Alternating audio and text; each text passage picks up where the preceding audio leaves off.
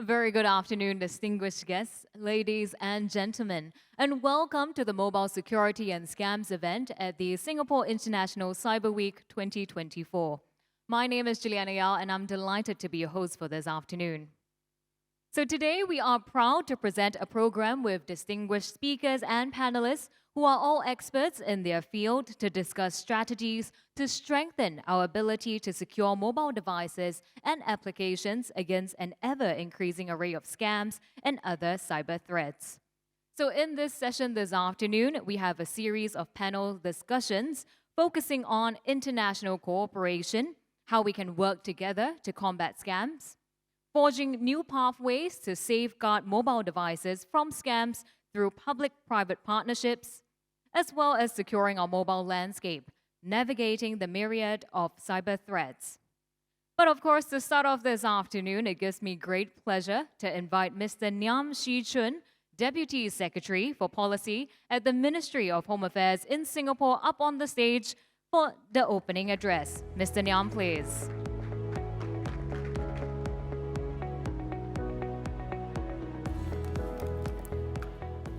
Very good afternoon to everyone, and thank you for joining us at this afternoon's event. Well, as we all know, scams is an international issue. According to the Global Anti-Scam Alliance, more than $1 trillion was lost between August 22 and 23.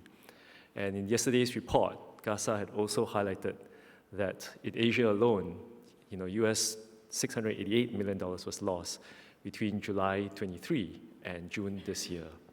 So this is a growing problem, and a serious one at that.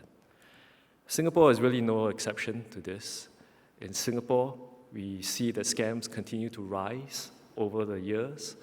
Last year, just the first half of this year alone, we recorded 26,000 cases, and about 385 million Singapore dollars was lost. That works out to about 1,500 Singapore dollars per second. We are particularly concerned about self-effected scams. These are scams where the scammers don't have control over the victim's bank accounts, but manipulate and work with the victim to transfer funds to the scammers. And more than 86% of the scams in Singapore were what we consider self-effected scams. There's also been a persistent trend of malware-enabled scams, and these are cases where the scammers have found ways to circumvent the anti-malware measures that were put in place. The scam landscape in Singapore is particularly complex. One challenge that we face is that the scammers are usually not based in Singapore. They're based in other countries, and they're usually part of organized crime syndicates. They're very well-resourced and very resourceful. At the same time, Singapore, as you well know, is very high mobile penetration rates. Singaporeans use mobile devices for almost everything, including high-value transactions like investments. And this makes it very easy for scammers to attack Singaporeans. We've found that they've been using vectors through our communication devices, such as iMessage on Apple systems, as well as the rich communication services on Android devices to obtain credentials, right? So these are vectors in which some of the scammers have used them. We've also noticed that scammers are increasingly becoming more sophisticated. They are using Gen AI. There's also malware as a service now as a new business model for scammers. A collective response is thus needed to deal with scams. In Singapore, we use a whole-of-society approach to deal with scams. We have strengthened our legislation to deal with scammers. In February this year, we operationalized the Online Criminal Harms Act, and this allows the police to issue directions to online service providers to prevent scam accounts or contents from reaching Singapore users. We also amended legislation to strengthen the enforcement deterrent effect, particularly against money mules and those who abuse their SIM accounts. The Sentencing Advisory Panel has recommended very stiff sentences including imprisonment for some of these offenses. We hope that some of these measures here will help to deter, disrupt, as well as to prevent future scam attacks.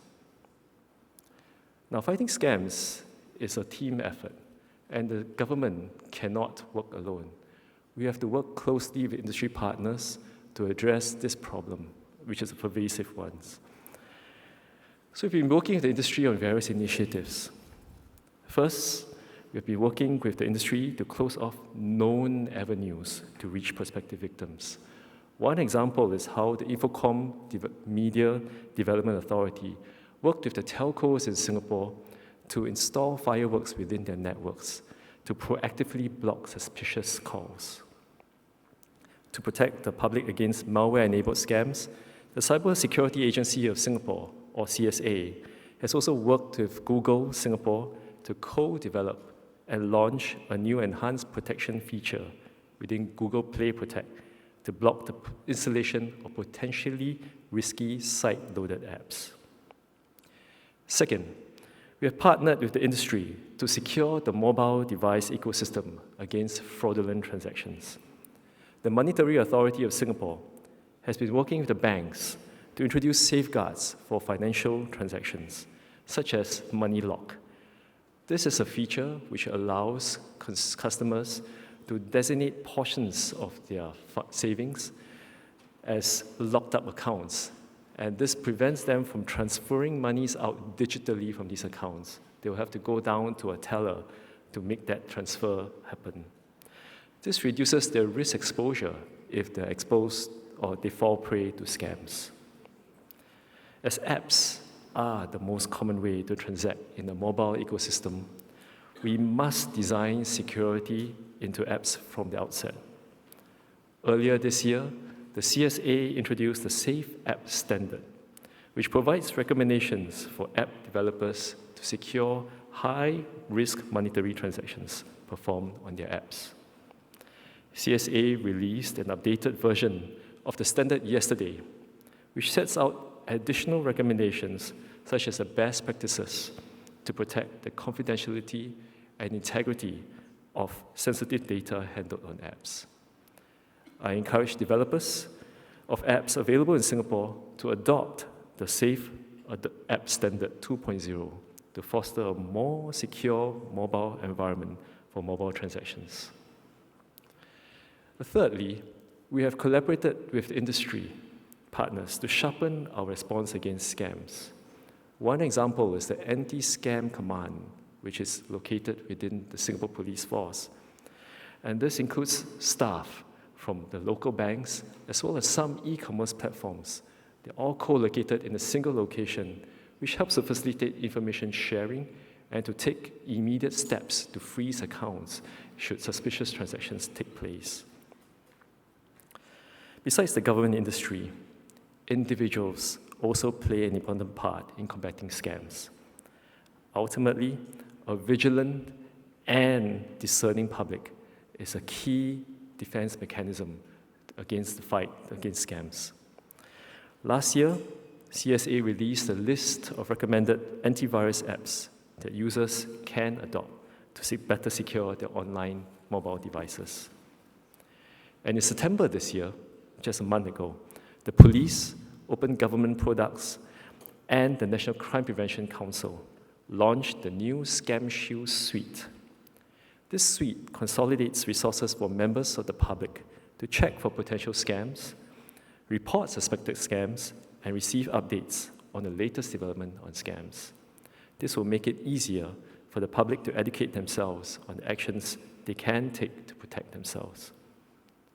But even as we enhance our defenses domestically, the transnational nature of scams means that international cooperation is absolutely essential if you are to make a dent in this fight against scams.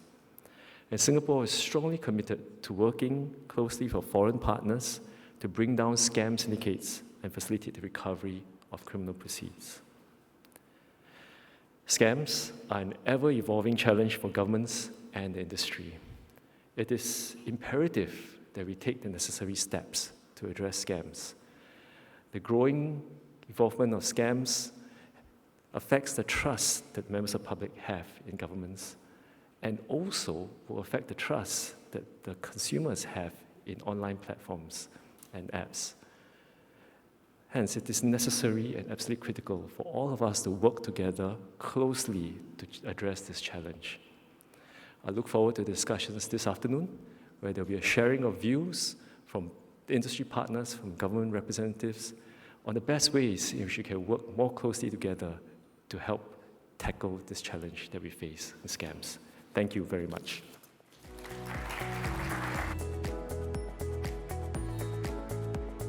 Thank you, Mr. Ngiam.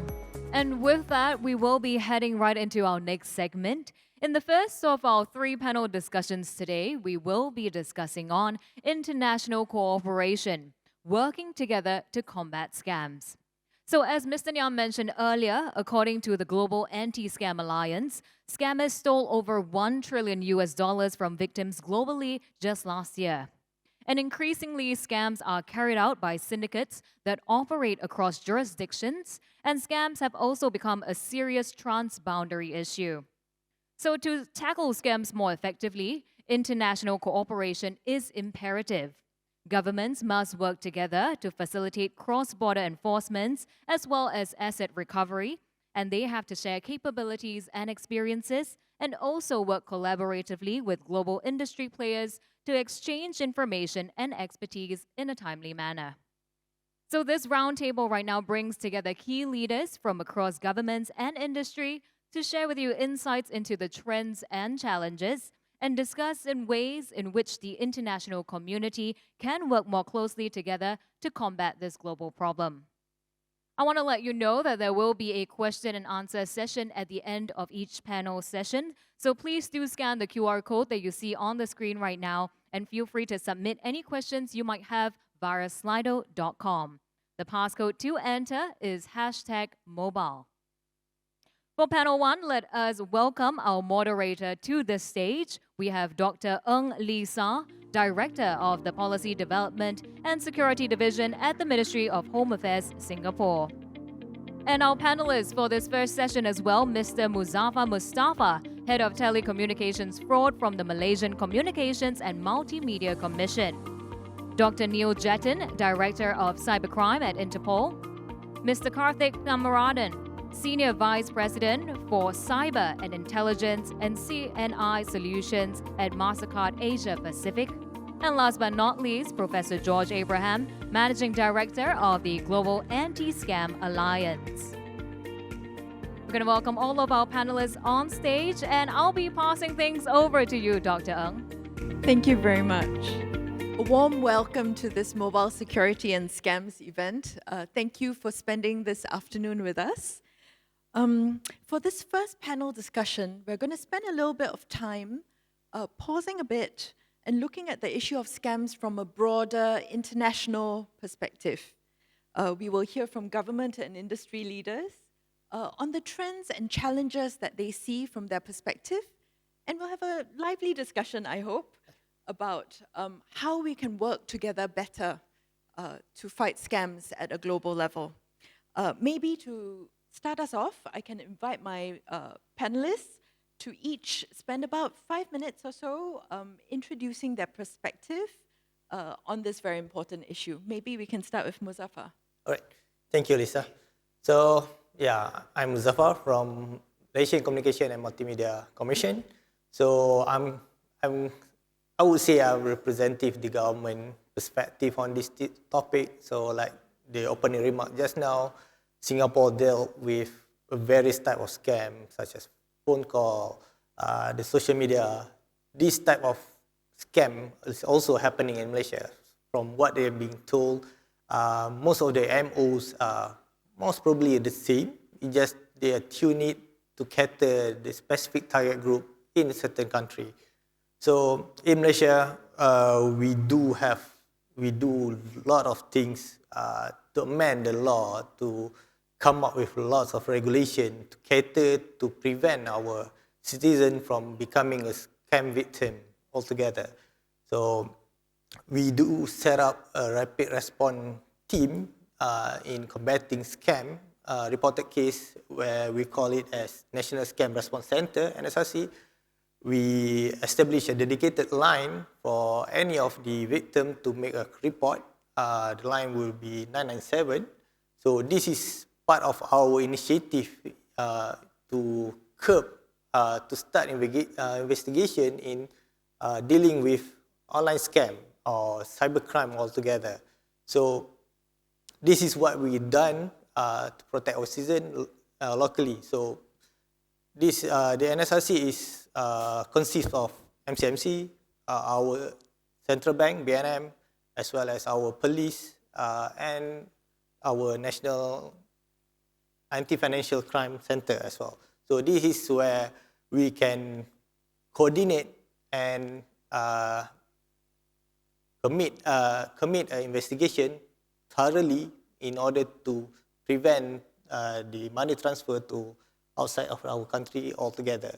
So this is where PMCMC also have collaboration. We take part in working group with ASEAN in order to information sharing on what is being happening in our country, and this information exchange will help us understand what's also happening around our neighboring countries together.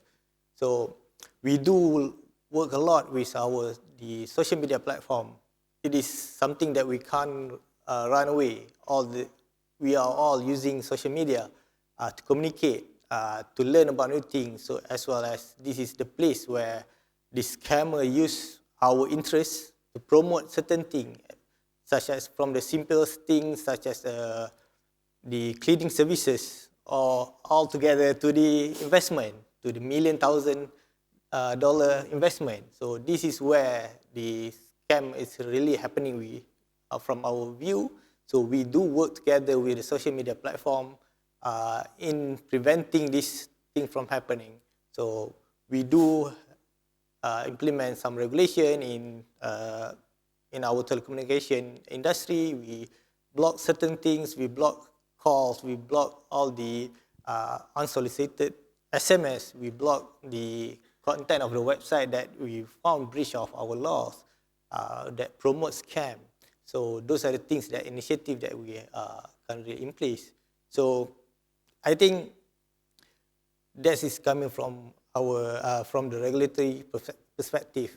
I do believe also that industry are currently doing it, but we can further collaborate in creating a much safer space for users to use. Social media platform definitely need to beef up on utilizing the current technology in preventing the creation of this fake advertisement, this fake account that promotes those scam activities together. Yeah, so this is what my view on this. Thanks very much, Muzaffar. Onwards to Neil. Yeah, so thank you very much for having me, and it's a privilege to be here today. My name is Neil Jatan. I'm the new cybercrime director at Interpol. I've been here for 2 months. I have the privilege of leading a very talented, diverse, dedicated team of crime fighters as we combat cybercrime in all its different forms, from phishing, malware, ransomware, all the different scams, you name it, we investigated. I think at some point we're going to just remove the first part of cybercrime and just call it crime, because I don't know how many crimes are not connected to some network system. For us, for Interpol, we work on a law enforcement to law enforcement basis. So we stay out of the geopolitical fray. That's why we have 196 member countries. And I'm always amazed when I sit there at a table when we're doing some sort of strategy discussion here in Interpol, so my team is based in Singapore, so it's very nice to be here too. But when I sit around the table, and here I am from America, and we have a country here on my left, and a country here on my right, and a country across from me, and in normal circumstances, if you listen to the news, we should not be able to have these conversations and be productive, and yet that's what we are, and I think that's what Interpol provides. So with Interpol, with the Cybercrime Director, we look at 3 different efforts that we concentrate on. So one is information sharing. Of course, that is key with everything, and you're going to hear it over and over today, and it's the truth. We have very dedicated private sector partners, and some are in this room today, that provide us intelligence. We then use that to provide it to our national central bureaus, and enhance their operations. So the information sharing is key. We also do operational support on a global, local, and regional level, which I'll discuss a little bit more. And then we do capacity building, because that's part of what we do. We want to build up and increase every law enforcement cyber maturity. One of the efforts that we've concentrated on recently are cyber scam centers, cyber scam camps. I know that it's been a big topic, especially in the Asian South Pacific region. And so we had a webinar a few weeks ago that brought in 20 countries, 130 participants, to actually discuss with private sector partners, law enforcement, policymakers, on looking at strategy, on looking at things concretely and how we can combat these things forward. And based on what we learned, we're going to take those actions forward into various working groups. Thanks very much, Neil. Over to you, Karthik. Thank you. Thank you very much for having me on the panel. I work with MasterCard. I look after a product vertical which looks at all our cyber and intelligence capabilities around fighting fraud. Now, if you look at MasterCard, our primary currency is trust. We basically operate in over 200 countries, bringing people, billions of people across thousands and thousands of banks, talking to millions and millions of merchants around the world. And the only thing that keeps the transaction going is that they believe, each party believes that they're getting a good deal at the end of the day in terms of being able to pay for goods and services, and for the merchants to be able to get paid for the services that they render. Now, when we look at the area of scams, we also look at it as beyond just the payment side of things. It is what determines trust in the digital ecosystem, trust in internet, trust in internet commerce, and therefore we see it as a bigger problem than just what effectively goes as money lost in scams. So that's just the introduction in terms of where we come from. As Neil was saying, I think there's a need to reframe the whole discussion of scams around where it actually starts, because scams typically end up being the last mile of a journey that started with probably a cyber breach or a cyber crime that was committed somewhere. With the data that is harvested, years and years of experience, they actually start with data around you, your phone number, your email addresses, your physical locations, and they build trust by having these social engineering conversations with you, and that's basically where a typical scam operates. Now, we talked about the numbers, $1 trillion. That's a mega industry on the other side that's operating. And that's part of the problem, that they're extremely well-resourced and extremely well-funded in terms of what they're trying to do. And also, if you look at where we are seeing the big trend that is happening in scams, we always used to hear about what we call non-authorized scams. I didn't approve the transaction. Somebody took over my account. Somebody took over my phone and did the transaction on my behalf. In most of the countries that we are looking at right now, the opposite is true. The actual victim is the person who's doing the transaction, because they've been coached, they've been almost coerced into making a transaction that they ideally should not have done. So that's again the context of the problem that we're fighting, in that it's not about preventing the scam, it's about actually working with people to not make the transaction that's not in their best interest. That's important. Now, why is it happening? Democratization of technology, democratization of mobile technology, internet, e-commerce, all great things from an economic perspective, but the price to pay is the growth of online scams and online losses. Now, one of the big questions that came up was, what are the factors that actually impact our ability to fight this particular challenge?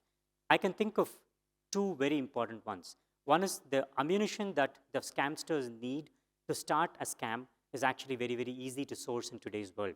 Whether it's internet-based, they can actually find out what the tools are and get the codes directly onto their mobile devices, or they're actually looking at social engineering techniques, which requires literally nothing more than a few SIM cards, right? So from a ammunition perspective, what is required to start a scam solution, it's pretty straightforward in terms of where it starts.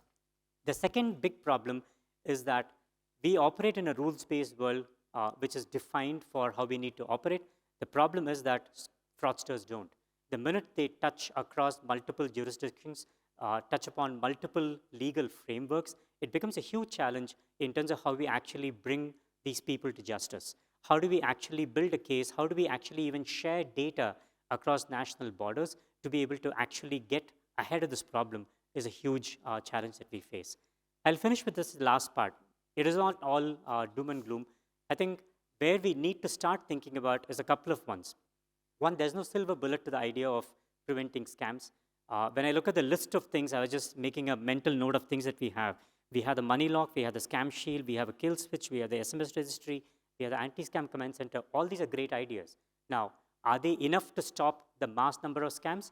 I think we would have been probably 10x where we are right now if these things didn't exist. So it's a great step in the right direction. I think that's a great start.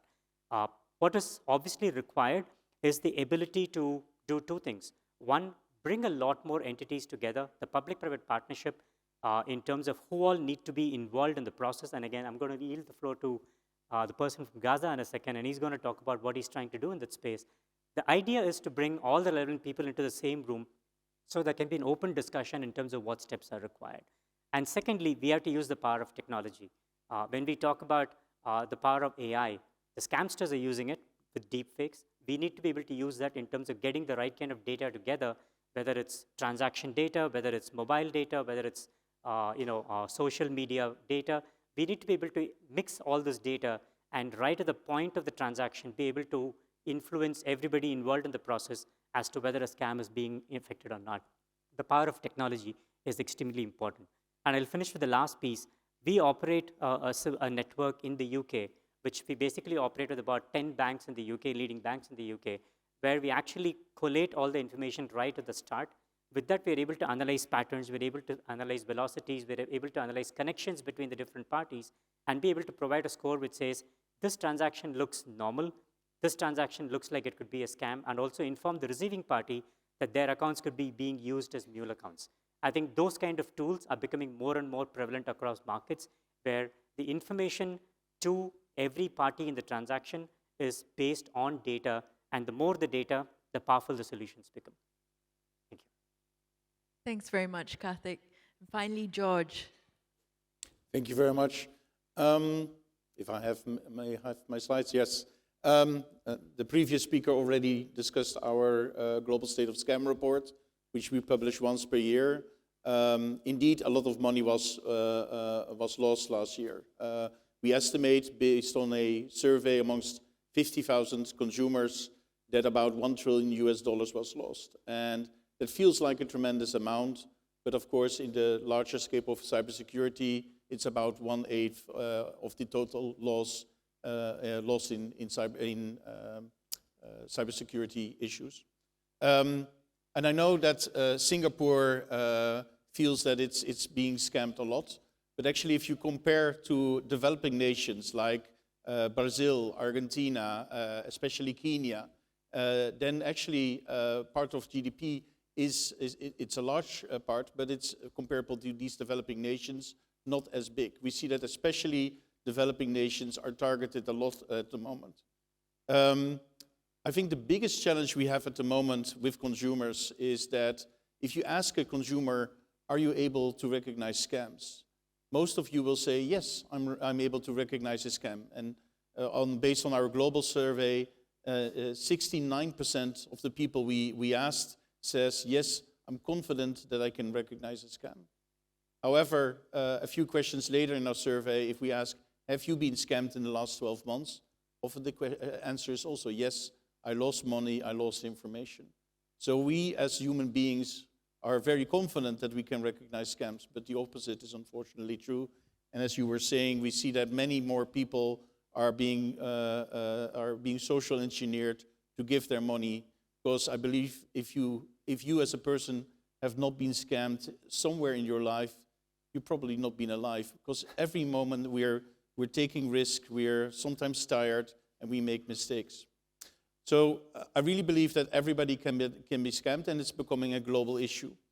And a lot of money is being spent on awareness campaigns. My own government, I'm Dutch, they're spending several million euros on making consumers more aware of scams. But the effectiveness is limited. I'm a big fan of awareness campaigns, but because of social engineering, we see that people are still being scammed just as much as before. And even interestingly enough, there doesn't seem to be a scientific relationship between awareness and being victimized less. Because what we see is that people who are educated in recognizing scams, they become more confident, and because they become more confident, they start to take more risks and they get scammed. just the scams are more sophisticated. We also see that scams are now, in many countries, the number one or number two most reported kind of scams, kind of crime. And we see that it's a huge struggle, because any professional scammer will always scam across the border, and the chances of getting caught are very, very slim. According to the World Economic Forum, only 0.05% of all cybercriminals are actually being caught. And setting up a scam is very cheap. I mean, for 70 euros, you can set up an online banking website which looks very legit, or a forex trading site, or an online store, never delivering the products. So we see that the cost of scamming people are very, very low, while the revenues are very high, and the chances of getting caught are near zero. What we as Global Anti-Scam Alliance are trying to achieve is really indeed unite all the parties. We believe scams cannot be solved by one organization or one industry. It's a responsibility for the entire ecosystem. So from registries, registrars, hosting companies, to social media, to banks, to telecom operators, and also the consumer, him or herself. Everybody has a responsibility to do proper know your customer, to monitor what's going on in his or her platform, and also, as a consumer, ask your family and friends, hey, I got this email, I got this Facebook message, I got another contact. Is this legit? I have doubts. So what we as Global Anti-Scam Alliance are trying to achieve is 4 things. One is intelligence sharing by organizing every 2 or 3 weeks virtual meetups to share the latest modus operandi around scams. And we have 8 email groups which are continuously sharing intelligence in the financial sector, in the telecom industry, etc. We facilitate networking, and I think the Global Anti-Scam Summit we're organizing next week together with the Singaporean government, but also the private sector, MasterCard, Google, Amazon, is a great example of where really all the parties unite to share knowledge. And you're, of course, very welcome to join us next week at our Global Anti-Scam Summit in Singapore. But we also have launched chapters, and I'm very happy also here that Singapore has taken the lead with launching the first national chapter to exchange information around scams on a national level. And we now have 4 other chapters as well, in Brazil, in Africa, in Oceania, and we're continuously expanding.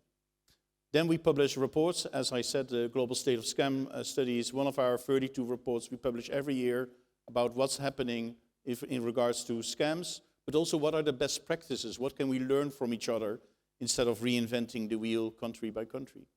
And finally, last week we just launched the Signal Exchange, and that's our most concrete product. Last year at our Global Anti-Scam Summit in Lisbon, we came together and we said we should share more data. And very honestly, every cybersecurity, every fraud summit always says we should share more data. So I was a little bit tired of that, and we were able to pull together more than 60 organizations to actually start sharing data. We will start with sharing bad websites, bad URLs, and bad IP servers around online scams and fraud, but hope to expand to many other types of cybersecurity issues as well. The Signal Exchange is an existing platform. We have opted for the Debt.Live platform owned by DNS Research Federation, another non-profit organization, to really kick off. And we already have 80 data feeds in our system to continuously share data. And last week, Google was the first partner to actually join us officially, and they are already put in 100,000 online stores, which they consider online scams and fraud. What we also try to establish with the Signal Exchange is really making cybersecurity more transparent. As you can see in this example, and for the record, this is an illustrative example, you see that Denmark, the .dk registry, has 1.3 million domains under management, of which 0.03% is known for abuse. And what we try to achieve with these kind of leaderboards, based on as many data sources as possible, is to help the industry do more know your customer, more monitoring, and prevent abuse on their platforms. And with that, I would like to thank you for having me, and I give the floor back to you, Lisa. Thank you very much, George. I wanted to go back briefly to something Karthik earlier said. about scammers making use of the gaps in jurisdictions. And because that's something clearly Interpol deals with on a daily basis, I wanted to invite Neil to sort of respond to that and sort of point us to actually how are scammers making use of these gaps, and how do you think we can really tighten up those loose ends so as not to let the scammers get the better of us? Yeah, so I mean, scammers are always going to be a little bit ahead, I think, of law enforcement. I mean, their gain is financial, it's their job, they're seeking money, so they're always going to be looking for vulnerabilities, loopholes in any sort of emerging technology. So we're always going to be, we should be trying to at least keep pace. It's very difficult because like with 196 countries, obviously you have a big disparity between law enforcement capabilities between countries, you have legislative differences, you have difficulties sometimes between information sharing between countries. So there's a lot of things that the bad guys take advantage of to commit their crimes. Plus, they're just agile. When you talk about scam camps, they just up and move very, very quickly. So what we've done is, at Interpol, is we figured out that we can't tailor 196 different cyber strategies to combat transnational cyber crime. So what we've looked at is at a regional level, to bring countries from a region together. So right now, since 2021, we've brought the Africa region together. We provide support from a headquarters unit in Singapore, and we actually put officers that are on the ground, that are from those law enforcement agencies in Africa to work with us so they know what's the challenge that they're facing every day. They can develop trust between private sector partners, their other law enforcement partners in neighboring areas, and plus they just have that cultural connection to the area where maybe we don't have that, but we can provide support. And so we've done something for the last 3 years called Operation Surge. And with that, we brought African countries together. We provided intelligence that our private sector partners provide to us that drive these investigations. And so for 3 years, we have seen an increase, a substantial increase in the results. And it really has been staggering, but it's taken 3 years, because I think it's taken 3 years for Interpol to finally kind of get it right with the process that we're doing. Plus, it's taken that long for the development of the trust between the different countries, because, I mean, as we say, trust is not given, it is earned, and it takes time. So that is one of the things that Interpol can provide, is that regional perspective. Thank you for that, Neil. And I'm thinking about what you said about convening the parties, building that trust, fusing that information that leads to effective enforcement. And I'm thinking, so Singapore has the anti-scam command, and that's precisely what we do, right? We bring all the parties together, the banks sit with us, with law enforcement, the social media platforms sit with us, the e-commerce folks sit with us, and therefore it's actually shortening that time loop that causes the scammers to be able to get away with the monies. Yeah, so I was able to sit in on an Asia South Pacific roundtable earlier this morning with prosecutors that are focused on cyber crimes. And one of the things that they all focused on was developing hubs. So you're not just bringing in the prosecutors. In my case, you're not just bringing in law enforcement, because this sort of cybercrime, you're not going to be able to solve it with law enforcement. You know the phrase, it takes a village to raise a child. I would say to expand cybercrime and to effectively combat it, it takes every citizen from every village in every part of the globe to combat it. And I mean that in law enforcement, private sector partners, but even you here who think, I have nothing to do with cybercrime. No, you do. If you increase your cyber hygiene to say, hey, maybe pause for a second, is this email legit? Am I about to infect my company's network? It really does take all of us to combat this problem. And it's something that has to be dedicated 24/7. Thanks very much. That's really, it really is a whole society effort. It's not just the banks, it's not just law enforcement. Maybe we can hear sort of Gaza's perspective on this, because you bring together these different people. What are some of the difficulties and challenges that you experience in trying to do that convening role? We have now more than 100 members globally, and those are both partners from law enforcement, telecom industry, banks, the big tech companies, social media. They all speak a different language, and that makes it indeed challenging. So We we see more and more, however, in our meetups that people are starting to join from different industries. And we are now slowly starting to connect the dot across industries. There are already many good initiatives worldwide where banks are working together or telecom operators together. And maybe an example of where now Meta is starting to work together with the banks to share intelligence. And we try to facilitate that kind of cross-industry sharing. And with the signal exchange, it's the first time where we try to achieve really global sharing of intelligence, in this case limited to URLs, but you have to start somewhere. Thanks, George. I'm starting to have some questions on Slido. So there's this one. So somebody has asked, how can we tighten the news on social media platforms through which scammers perpetuate their scams? Maybe I can invite Muzaffar to comment on this, since you mentioned social media platforms earlier. Yeah, so I think this, again, from each panel point of view, that combating scam is a collaborative effort from everyone. So we shouldn't put up responsibility to a certain entity only, but we do have to work together. So yes, the platform, the social media platform have to tighten up their security, and they are using their AI technology to filter out all those bad actors. But we as the citizen, we as the user, have to play our role. If we came up with this kind of bad actor, we can report that. We should report that and flag it in order to prevent the others user to come to that stage. So it is a responsibility by everyone. Could be from regulator perspective, could be from the industry altogether, as well as the citizen itself. Yeah, so that's my angle. So I think the platform have provided to a certain extent to help to combat this issue.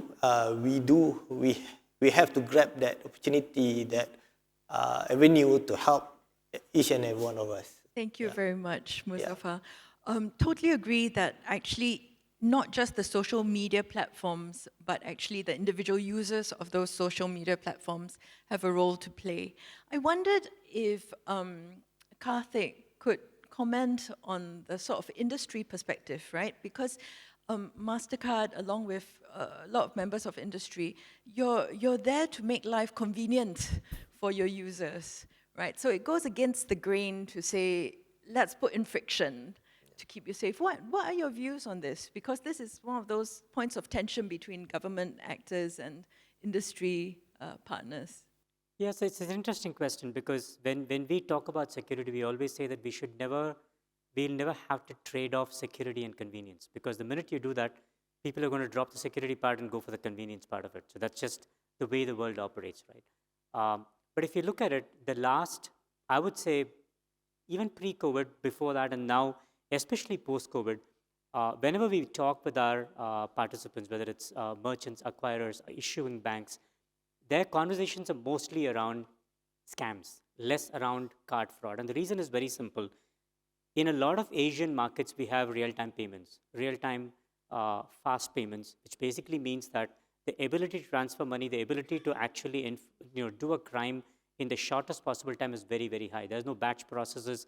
There is no waiting for the next day for the money to be received, etc. And that is a very huge component of, and it's democratization of finance. It's how it's supposed to be, but that's a huge component of where some of these pieces start. It's convenience, and therefore the trade-off of convenience versus, so we've heard several countries talk about, for example, the ability of banks to pause a transaction for 15 minutes if required, right? And that has a lot of repercussions in terms of customers complaining about their money not being available to them, companies talking about how they need that money on a regular real-time basis. So I think it's a very complicated question when it comes down to what is the level of convenience or inconvenience that you're willing to put up to be able to put a dent on scams. And I think it's a real question that we as a community, as an industry, need to come together and talk about, because I don't think there's going to be any easy solution to say everybody should be able to do everything in real time, but there should be no scams that happen. I think that's just a pipe dream that just cannot exist. Thanks very much for that. I love this idea that maybe there's no need to sort of choose between the two, but I do think that we probably need to recalibrate a bit. So consumers probably need to, in this sort of scam easy world, need to recalibrate that desire for instantaneous gratification in everything. George, you have something to add to this? Yes, personally, I mean, in the end, we need probably 1,000 pinpricks to solve the problem around scams. There's not one solution. But I'm a big fan of creating some limitations in the speed of transactions. And to give you a good example, when my mother is transferring $200 because she's paying for the supermarket, that's okay. But when she's transferring $20,000, I would be very happy if there's a delay. And in the Netherlands, we now have that problem. There's one challenge, convincing my mother that this is actually a good idea. We have a lot of resistance from consumers to put delay in it, but we have to educate them that it's for their own good. Thanks for that. Yes, so indeed, because we have gotten used, I think, over decades to this level of convenience. So convincing us that we can live with maybe a bit of friction and a bit of delay in certain important transactions, I think that too needs public education. There was another question, which I have now lost, on there being reports on large-scale scam centers in certain countries that specialize in elaborate scams in other countries. So Neil, you mentioned scam centers as well. And do you think that there is a better way for us to collaborate across international jurisdictions on this particular issue of scam centers? So yeah, so it says they take a lax approach because the crimes are not done locally.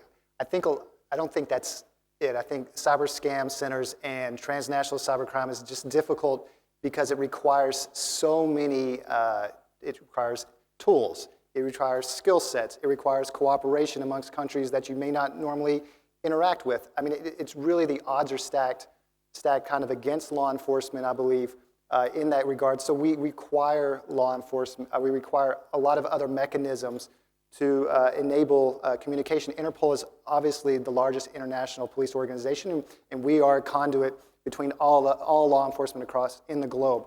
But we also understand that there are things like the UN's new cybercrime treaty, where we bring countries to the table, and we may not have agreements, and you can read in the open source articles about those ongoing, but at least people are talking at the table, talking about cybercrime, talking about how to combat these things and information sharing, in real time. There's also the counter ransomware initiative, and I know many of the countries here are a part of that. Anytime you can get, and you're always going to have your detractors and say, it doesn't do this or it doesn't do that, and you're probably correct. But what it does do is still bring everybody to the table to at least talk about a problem that they were not talking about previously. Thanks for that. There's a question, I think this one's probably for Karthik. So the question is, to what extent, sorry, it has disappeared. To what extent do should telecoms operators, digital wallets, and payment service providers, social media sites, etc., be made responsible for being conduits? So I'm going to direct this to you because MasterCard, payment services generally, it's a conduit. And so what do you think and how do you see your role in all this? Yeah, more than as a responsibility from a conduit perspective, I'm again going to go back to how do we actually enhance the flow of information that allows us to be in front of the transaction and then have as much information about the transaction that allows us to act very precisely on the transactions that are likely to be fraud. So one of the experiments that we did was to look at transactions where transactions are being done when the person was actually on the phone, okay? There's a very strong correlation to the longer the phone call and there is a transaction being done at the same time, it's a scam. Why is that? Because you're actually being coached. You don't have a 20-minute conversation while you're doing a bank transfer. That typically happens when you're actually being coached to actually be part of a scam. right? So this is information that can be provided by a telco. Similarly, there's the signals exchange that he talked about, which comes from identifying the websites that are not really good websites. And there are so many other pieces of information that we can get. I think what we need is to utilize today's available technology to bring all these pieces of signals together and to be able to provide that information to a bank before they allow a transfer to happen, or to a customer to warn them that they may be part of a particular scam. I think that's very important. The second piece, and I'm going to go back on the technology bit because I'm a huge fan of building technologies that solve problems. One of the big challenges that we typically have is when we cross jurisdictions, how do you get across personal data protection acts, and how do you get across banking secrecy laws across countries to be able to exchange scam-related information for law enforcement to actually take action? Some of the best technology that we've seen is, for example, privacy-enhancing technologies, where the data is exchanged in encrypted format, so nobody's actually exchanging the real data, but the data is still being communicated for the background analysis to be completed. We actually participated in a sandbox that was created by IMDA, and I think agencies that can take some of those leads in terms of building those kind of technologies, I think is going to be a huge part of how we can get cross-national cooperation in being able to share the data to be able to take immediate action against the fraudsters. Thank you very much, Karthik. There was a question that we're probably not going to get to as we're running out of time, about how really law enforcement can catch up with the criminals. People talk about agile, but I've never seen anybody as agile as these crime syndicates doing scams. But I really like the idea that you had about coming together and collaborating in real time as the scam is happening and exchanging the signals such that you can put a stop to the crime even as it happens. So I think our panel has covered a few different areas. I think there was a very strong theme of trust building, convening, getting people, not just governments, not just law enforcement, not just banks, into the same place, having them speak the same language, and then exchanging information, maybe with technology that enables such information to be encrypted even, so that there's no privacy issues, etc. And then catching up with the criminals in that way. There was discussion about convenience and security, and how actually public education and public acceptance of a certain amount of friction needs to probably come into the picture. And I'm actually very encouraged by what all the panelists have shared in terms of the multi-directional partnerships that are already happening in the different countries, on the different platforms, in the different organizations that we represent. Please join me in thanking our panelists.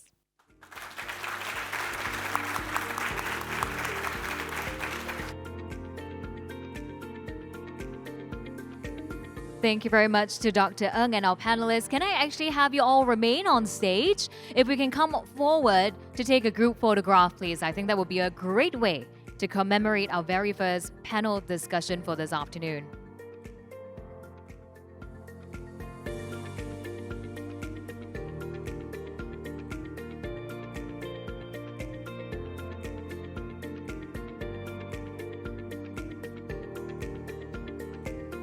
Thank you very much once again to Dr. Ng and our panelists. Can we give them another big round of applause as they leave the stage? So it's certainly great to see questions coming in via Slido. The Q&A session will also apply to our second and third panel discussions. If you didn't already send through your questions in the first session, you haven't tried it out on our Slido platform, I want to encourage you and urge you to put those questions through. We've got 2 more panel discussions that will be taking place on this stage, okay? So the questions can come through any time at all. Please feel free to scan the QR code that you see on the screen right now. Go to Slido and key in the passcode #mobile. And should you have any questions that are directly, if it's directed to any particular speaker, you can feel free to add that into your question as well.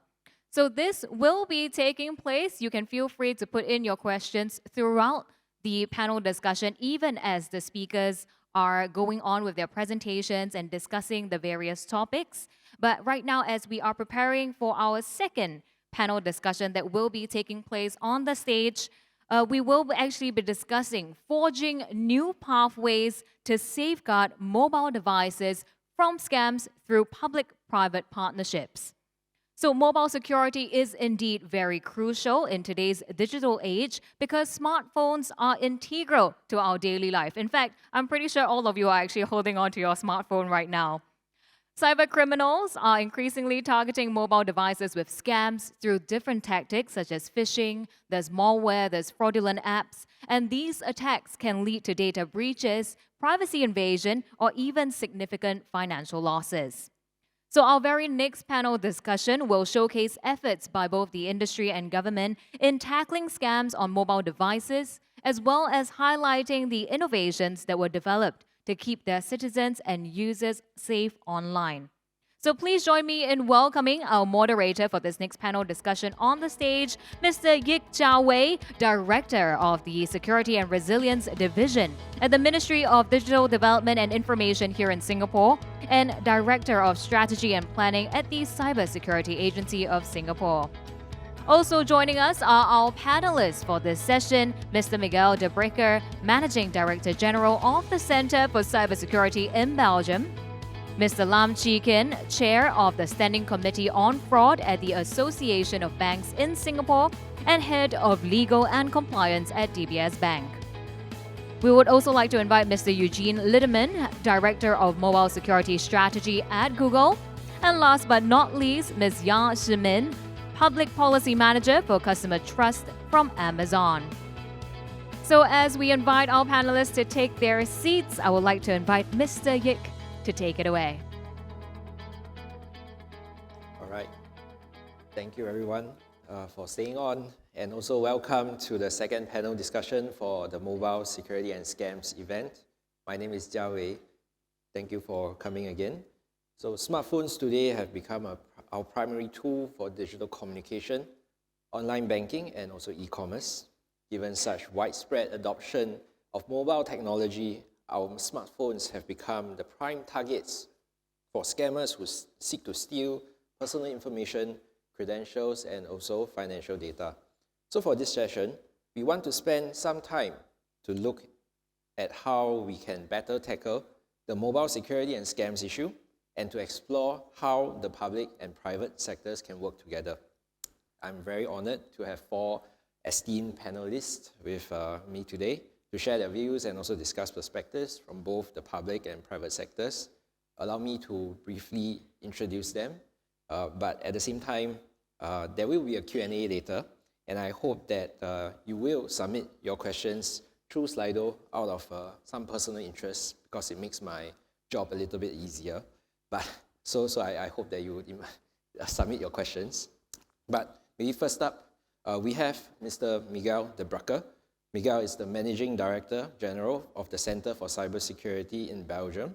Under his leadership, Belgium's Center for Cybersecurity has been instrumental in developing Belgium's strategies to protect its citizens from online scams and cybersecurity threats. I look forward to hear from the Belgium experience and how your team works with industry to combat scams. Next, we have Mr. Lam Chi Kin.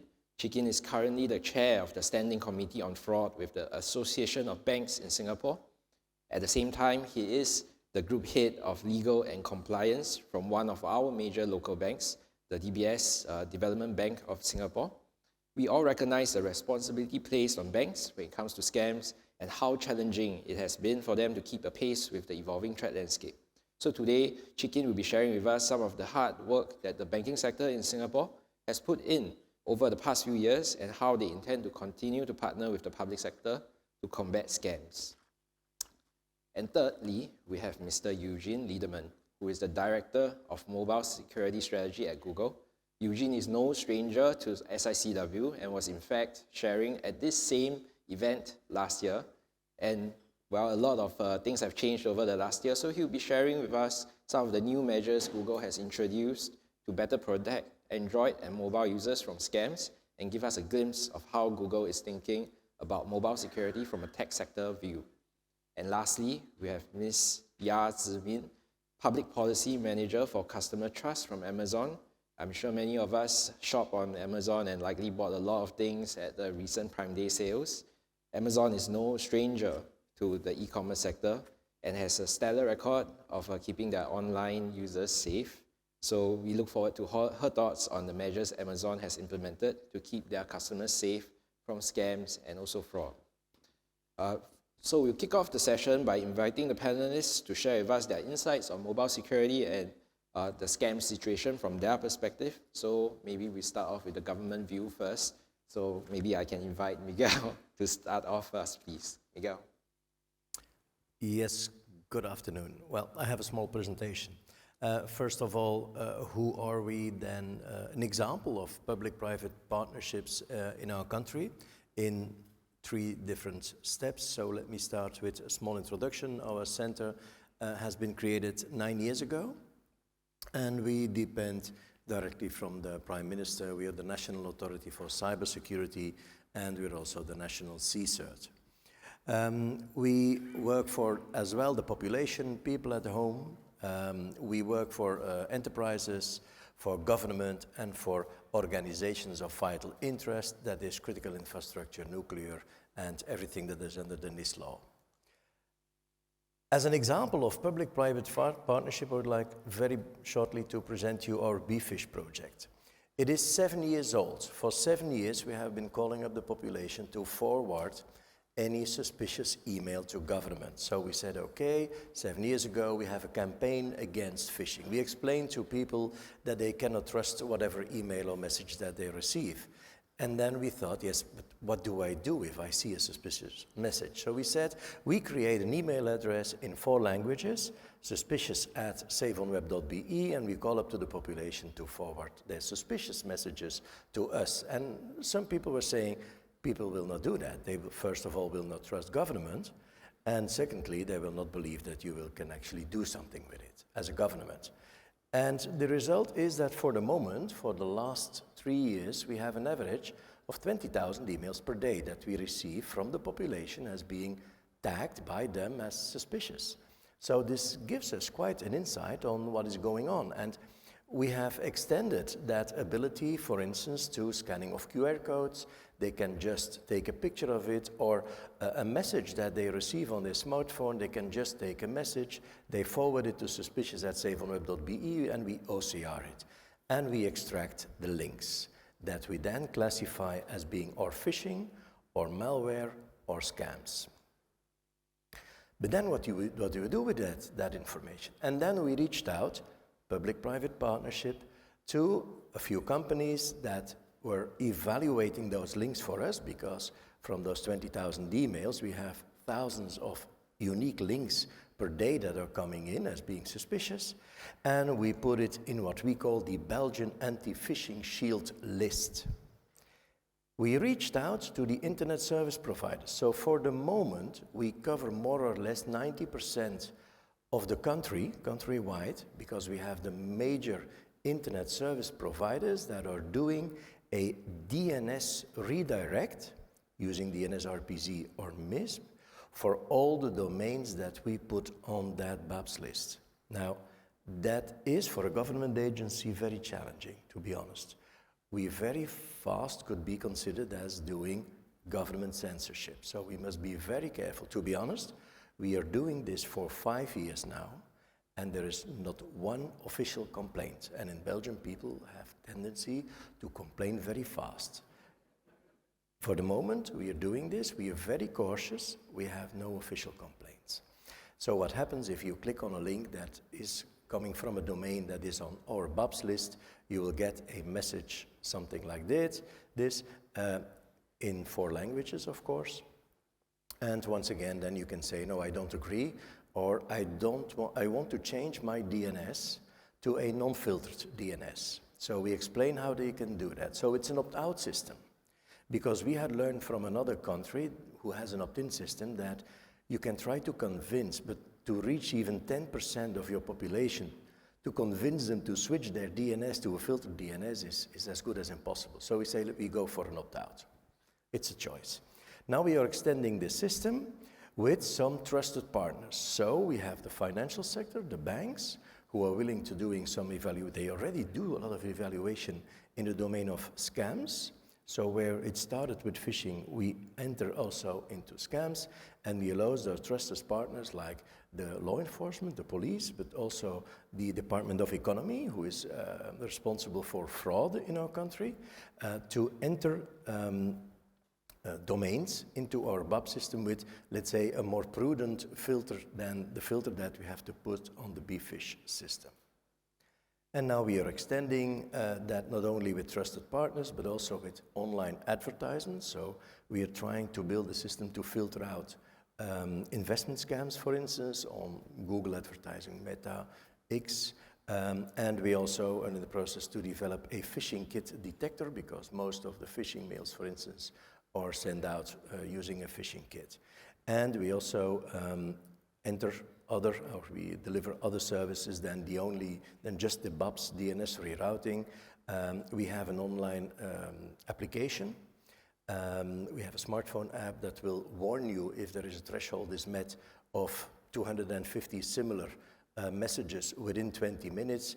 Automatically it goes, and there's an alert going to CERT, and they post a warning saying, be careful. For the moment, a lot of phishing around bpost, for instance, don't get caught.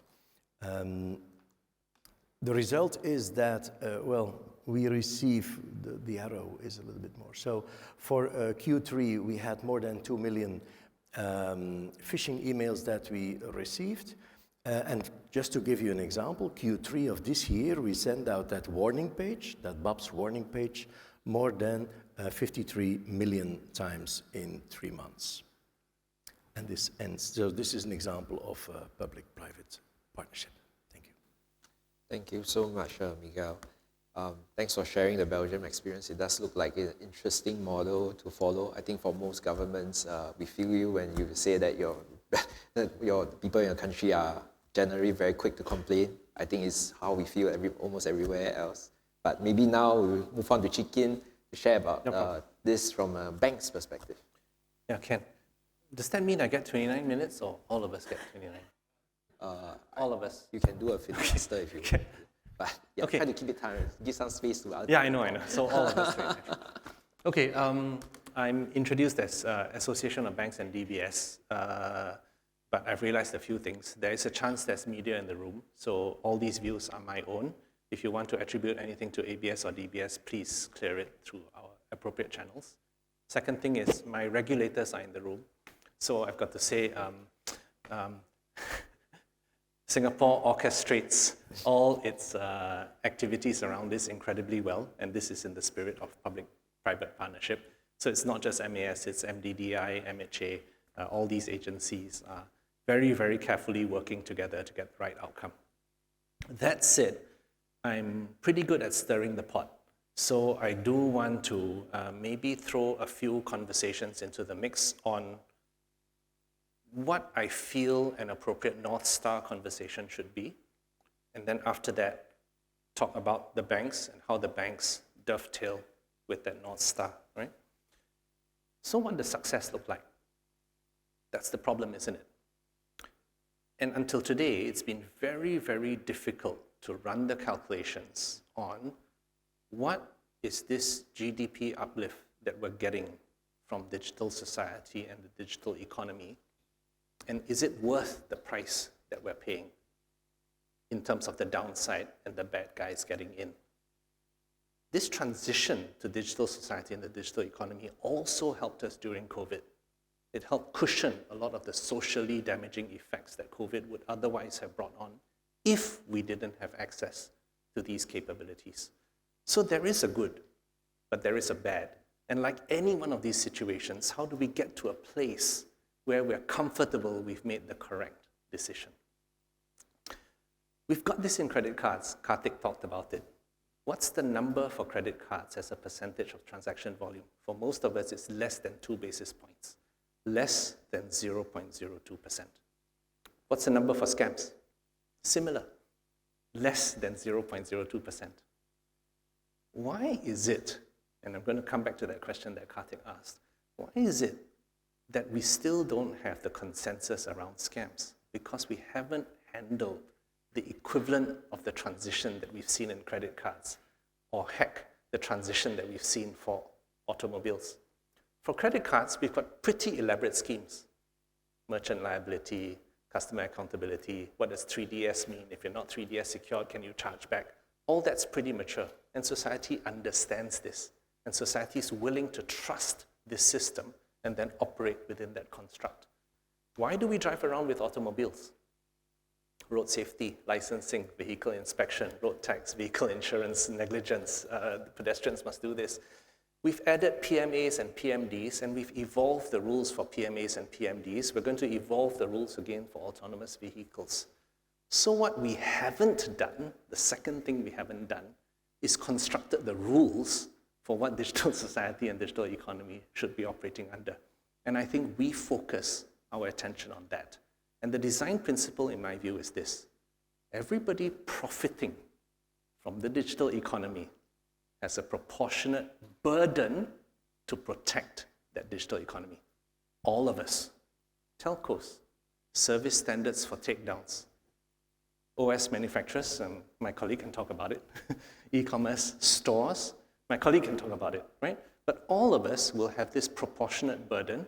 And yes, banks have to carry an enormous chunk of that burden because we make enormous amounts of money. So, okay, we accept it, and then we come up with these constructs. Okay? So there are two aspects. The third aspect is, no matter what, avoid socially unacceptable outliers. Avoid fundamental erosion of trust in government, fundamental erosion of trust in institutions, fundamental loss of confidence in the banking system. Avoid social outliers like loss of life savings. Protect against these kinds of things. And if we can't, create social safety nets for that. So these three things are honestly, in my opinion, the things that we need. And I think we need to push conversations along in this direction. So what are banks doing? We do educate. I heard some people going, no good idea. Okay, here's how we're pivoting the idea of education. It's around the idea of a cognitive break. Right? So these guys, I'm in love with my Italian girlfriend, I think Dogecoin is the greatest investment ever, blah, blah, blah, blah, blah, right? What we need to do is, at the point of the transaction, introduce a communication to the customer that educates them about what's happening. For example, stop for a while. You've done this, you've sent $10,000 out to somebody, sending out, this is 20% of your account balance. Do you honestly think this is a good idea? And apply the techniques we've learned from tech companies. You call it dark patterns, right? Make them good patterns, right? So default to no. Color your cancel transaction in bright red colors and that kind of stuff, right? Use all those techniques that we've learned from tech companies to introduce the reverse, the cognitive break, to break the spell of the social engineering. So that's what I mean by education. And that's what we're doing. We've started introducing a lot of tooling in the way we have just-in-time communications to customers to say, stop, wait, do you really think this is correct? Second thing, security. Again, you guys are way better than me on security, but security for me operates at 3 levels.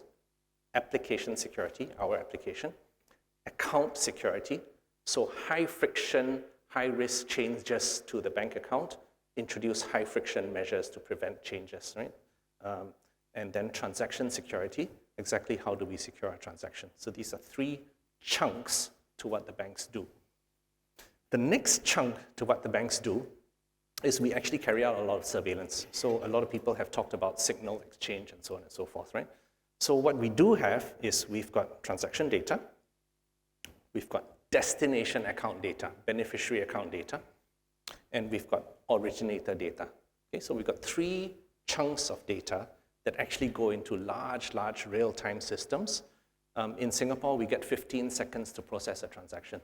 So within that, I get 100 milliseconds to process my fraud surveillance, okay? And right now, I can do it in 10 milliseconds because that data is not too big an ask yet. So we can compute with reasonable probabilistic calculations. This is where AI/ML comes in, whether there's a chance of fraud or non-fraud. Here's the kicker, though. If the transaction is unauthorized, I usually have a signal that suggests unauthorized. If the signal's authorized, self-effected, to use the government term, I don't have as many signals. I need help. I need access to other data that helps me detect whether this is a good transaction or a bad transaction. That's where the community can help out, and that's where orchestration, public-private, can also contribute to this. Because in that 10 milliseconds, I got to run the computation, and I got to know whether I block or don't block, okay? So that's the surveillance that is carried out at transaction level. And then the last thing is I hunt for money mules. So the bad guys are really, really smart. They set up a lot of accounts. They buy, okay, no, I cannot talk too much about stuff that I don't want the bad guys to know. Okay, but basically they've got access to bank accounts, right? And so through that access to bank accounts, I need to hunt them down at scale, right? I need to make their cost of acquiring a bank account higher than the profit they will make from the scam. Then I've broken their I've broken their business model, right? Okay, so that's one last bit. And then finally, actually not finally, I've got to collaborate with police and the anti-scam center to recover if you finally have a scam transaction. And by the way, once you hit that point in time, once that happens, 95% of the time recovery fails. Okay? Hence, that's why there's an enormous resource allocation to the pre-scam phase. And then finally, I talked about social safety net. You still don't want those cases. Ultimately, you know, it's Christmas, I can't buy Christmas dinner for my family and that kind of stuff. You don't want that to become the abiding memory of their experience with your bank account. So no, cushion against those kinds of constructs. Okay, so basically, I've tried to set out what the North Star is in my view and tried to map what the banks are doing consistent with that North Star. But I do think the conversation has to go forward, and that's my view of how it should be. Thank you very much for having me. Thanks, Chikim, for hinting out that North Star is something that I think resonates with most of us, and also sharing what the banks are doing. It sounds very inspiring, and I think probably can do more. But let's move on to the next one. Eugene, take it away. Thank you very much. It's great to be back here. I want to thank the organizers for bringing me back. When I was on last year for this panel, it was a rough panel, so I appreciate you bringing me back. Hopefully I did okay. I'm kidding. But one thing, I had to change up what I was going to talk about. What I realized is being on the second panel, the people on the first panel used all the good stats. So bear with me as I talk through some of these things. But you know, the objective is to first lay out what are the scams on mobile and how they work, right? So to break it down in simple terms, there's the contact method, and then there's the attack vector, right? Specific to mobile, like obviously ads, and those are across all form factors. But on mobile, the common methods of communication, number 1 is phone call, number 2 is text, number 3 is third-party messaging apps, and number 4 is email. That actually comes from the Global Anti-Scam Alliance as well, that data point. In terms of the attack vectors, it's usually malware or screen sharing where the user gets tricked into sharing their screen, or traditional social engineering where they just relay the information over the phone to the user, right? So I think the theme of the private-public partnership is really important here, and that's one of the things we were saying last year as we were kicking off this work. And that responsibility actually falls across pretty much everybody on this panel, right? There's one thing we all have in common, which is the end user. It's a government. For the government perspective, it's a citizen. For the bank, it's a customer. For us as the operating system, it's an end user that uses our devices and operating system. So we share that burden. And in terms of what we as an operating system did in partnering with Singapore, we launched this enhanced fraud protection feature, which was highlighted by the Deputy Secretary. That has proven to be really successful for a couple of reasons. One, it was something we could do very quickly to really curb the increase in malware-based scams. We've seen lots of success. I think it was the latest data is like 1.3 million install attempts of high-risk apps were blocked across 300,000 devices since the pilot launched. So that's been really encouraging to see that. We also worked very closely with our banking partners and other fintech institutions because it's really important to make their apps more resilient. Everything we're doing, it's a layered security approach. And so we worked very closely with them on best practices. And of course, honestly, they did it themselves. They were very proactive on that. And so kudos to all the banks for implementing additional safeguards and detecting suspicious behavior and pushing that. I do think that user education is super important. I disagree with George from the previous panel on that. I think he left, so he won't know, unless he watches this on YouTube. Bring him back. Yeah, he'll see it on YouTube. I think user education is really important, and I'm proud that we did collaborate with various Singapore agencies on awareness campaigns, but I do think that they need to be more personalized. I look at cybersecurity education and hygiene very much like health hygiene. You want to be knowing up to date what's going on, proactively take care of yourself so that something bad doesn't happen later on. But I'll give you a really good example. When I was on this panel last year, my colleagues know this story, I talked about how I hacked my wife's social media, and it really taught her to be more vigilant. It's because I'm a good husband, not because I'm like paranoid about her or anything. But this year, I knew I was going to come back and I want to tell a different story. So this year, as the Deputy Secretary said, it's very easy. Like it's the ability to issue trigger scams has become really simple. Like I have a whole scam toolkit on my phone, right? And so I taught my son, who at the time was an 8th grader, how to do it. And he went to school, and I said, don't you dare do this at school. And he's fished all of his classmates in his class. And like not all of them fell for it, but he at least now understands it. I do question if he sees a career in scamming in the future. We'll have that conversation at some point. But hygiene is very important. One other thing, so we talked about malware-based and the interim, like the near-term approaches we took, and we've seen lots of success. But as I mentioned, like remote sharing is a big one. We did a lot in Android 15. We announced quite a few features to also protect against that. So these are things that the platform is doing by default. For example, if a user is sharing their screen with somebody through like Google Meet or Teams or whatever, it will automatically block out any sensitive fields on the device. So the remote person can't see that information, therefore adding friction and making it much more hard to perform the scam. In terms of like moving forward, I think it was really mentioned, like we close a path, scammers find a new path, right? So threat sharing is a common theme. I think a lot of people talked about that. Just to highlight a couple, from the Google side, we collaborate very closely with the cybersecurity agency, the police force. We do threat sharing. They send a lot of stuff to us. What's exciting is, like specific with SPF, we've seen the number of things shared decrease, which is a good metric for us to see that we are having success in combating some of this stuff. The other one, of course, George mentioned the global signal exchange, which Google was part of, and it's very exciting to see that cross-industry collaboration. The one thing right now I've really focused on combating the attack vector, but it really starts with the contact method. And so there are a lot of technologies in place, and just to highlight, so for like email brand verification, you can prove, we need to move away from detect the bad people and look at identifying the good ones. If users understand that I should just, by default, it's kind of using enterprise terminology, zero trust. Don't trust unless you know the person contacting you is legitimate. Brand verification, identity verification, these are the ways to do that. So for email, there's brand verification. There's a standard for that. Gmail uses it. Other, I think, uses it as well. For phone, there's Stir Shaken. And for text messaging, there's RBM now. So there's lots of methods. So I think that's a big investment area. And of course, as mentioned, there's good AI and bad AI, right? And so obviously, scammers are using AI. They're doing polymorphic malware where they're modifying the malware so it's harder to detect. So there's lots of things we're doing, of course, on our side to do that.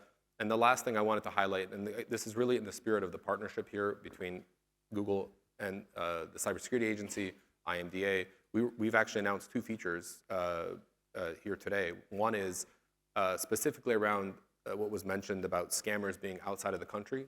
So in Google Messages now, a user will be able to, in the coming months, turn on a feature where we'll block any text or RCS messages from external countries. And the second one, because scammers are trying to convince users to bypass the warnings or turn off some of the safety features, one of the things we've also added or adding, it's coming out in the coming months, is the ability to, when a user gets a phone call, typically that's when they're told what to do and follow the instructions. So we've added additional on-device intelligence to prevent certain features from being turned off, like Google Play Protect, to protect the user. So that's all I got. Thank you so much, Eugene, for sharing what you're doing. I think it's pretty meaningful because I'm from the Cybersecurity Agency of Singapore. Having worked up close with Eugene, I think the work that we have done together has delivered some results, and we hope to be able to do more, even more to protect Singaporeans from scams. Maybe we move to the last speaker for now. Simin, please. Thank you. Thank you for having me. I'm really honored to be part of this very esteemed panel. At Amazon, we consistently work to protect our customers from scams because we strive to be Earth's most customer-centric company. This includes ensuring that scammers are not using our brand to take advantage of people who trust us. So within our ecosystem, we have very robust measures. For example, when we verify our merchants, we check against their government-issued identity.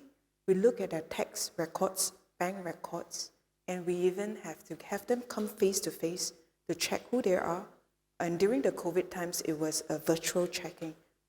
So you can be sure that the merchants selling on our platforms are not companies that are flying by night. This is on one side. And on the customer's end, we encourage customers to enable their 2FA during login to make sure that accounts are more secure. And we also consistently and regularly send out text alerts as well as emails to tell our customers how to identify if the messages are from us. For example, we will share very easy to remember tips like be wary of false urgency. Usually our messages will not have any links. If you need to speak to a customer service officer, we will never request that you download a third-party ware. These are some of the consistent messaging that we send out regularly. We consistently work to protect them from impersonation scams as well, because such scams happen outside of our ecosystem. Within our ecosystem, we have robust measures, we have advanced technology, but when impersonation scams happen outside of our store, what can we do? We continue to use technology, innovative ones, to shield accounts, and we try to detect fraudulent attempts. We create educational initiatives to help consumers know when it's us. And we also foster partnership with law enforcement, because it is really important to hold bad actors accountable. Because if their crime is something that they can go away with a very low penalty, they will continue to attempt such crimes. So it is very important as part of our three-pronged strategy to hold bad actors accountable. We have invested 1.2 billion in 2023 and 15,000 people consisting of machine learning scientists, software developers, and expert investigators all around the globe dedicated to protecting our customers from scams. And their efforts have seen an impact. Based on the scams reported by our customers between 2022 and 2023, we have seen a 15% decrease in customers who fell victims to scams. So, of all the impersonation scams or scams that were reported to us, many of those, almost two-thirds, are related to account orders. So they may receive a phone call from a scammer that claims that they have placed an order when they have not, or their order is wrong, and they will be asked to provide details. So we consistently send a message to tell them that they should only trust Amazon-owned channels. They must log into their account to check. For any messages, it will be through Amazon-owned channels. We are also registered with Singapore's SMS registry, so any messages coming from Amazon will also come with our name. So these are the many ways that we work together to protect our customers. We continue to develop solutions and innovate on behalf of customers. And in spite of all this, right, we think that protecting customers, we need a whole of industry approach. So when we look at what we can do more and we talk to scam prevention leaders, there are two themes that consistently come up, which is how to stop scam at source, and number two, how to help victims after they fall prey to scam. Of course, before that, we need to prevent first, but after they fall prey to scams, how do we help them? So to stop scams at source, it requires victims to step forward, because the machine learning will only get more intelligent if we have more information on how victims are getting scammed. However, victims, when they're scammed at that point in time, they're confused. So if reporting methods are overly confusing, it will make them more panicky. So what Amazon does is we have a very easy to remember amazon.sg/report-a-scam. This is a self-reporting tool that you can access 24/7 in multiple languages. And we think as an industry, we should continue to simplify and streamline scam reporting. This will help victims be able to give us more accurate information and make our machine learning smarter.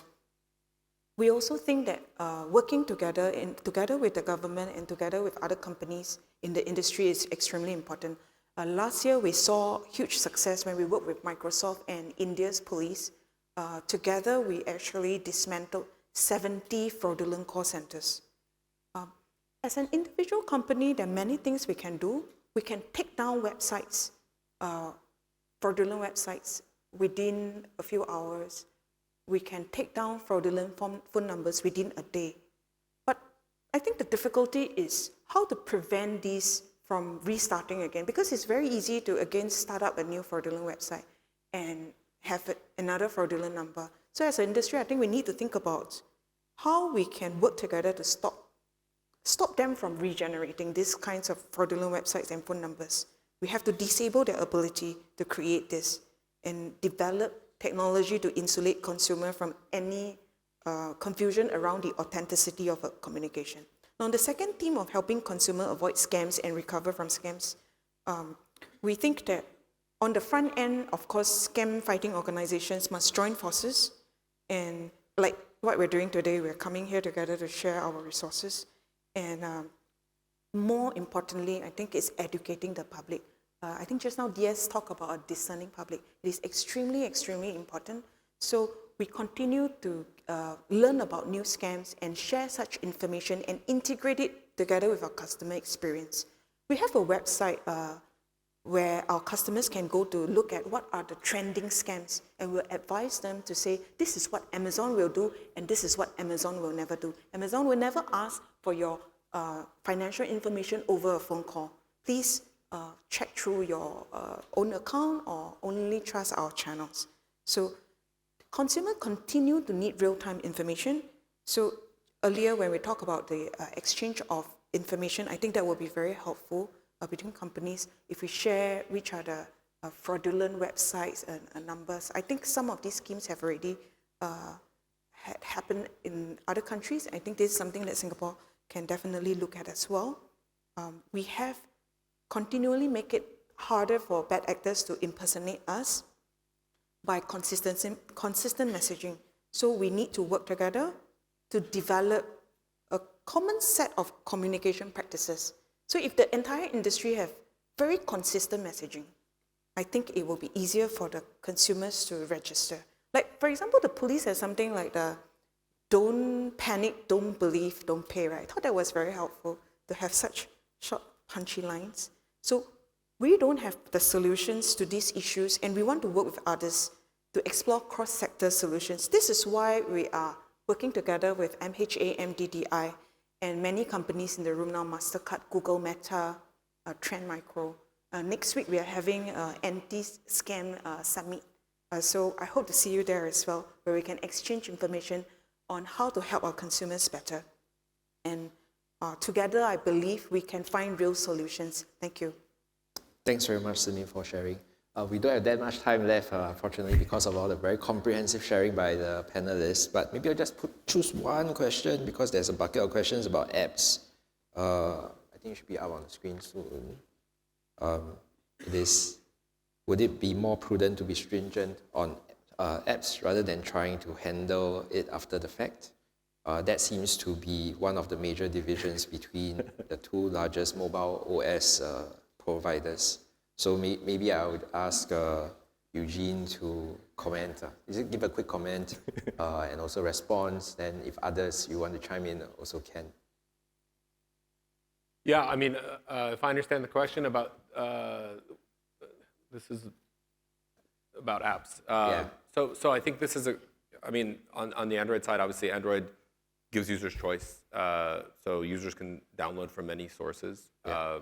I think with that power comes great responsibility. And what we've tried to really do is, especially with this enhanced fraud protection pilot, the feature that we launched here in Singapore, and thanks to the success of it actually in multiple markets now, what we've been able to do is still give users the balance and having that choice and installing from multiple stores, while simultaneously proactively blocking the ones that are malicious, specific targeting financial fraud. So I think we found a good balance. We've seen a lot of success with that here.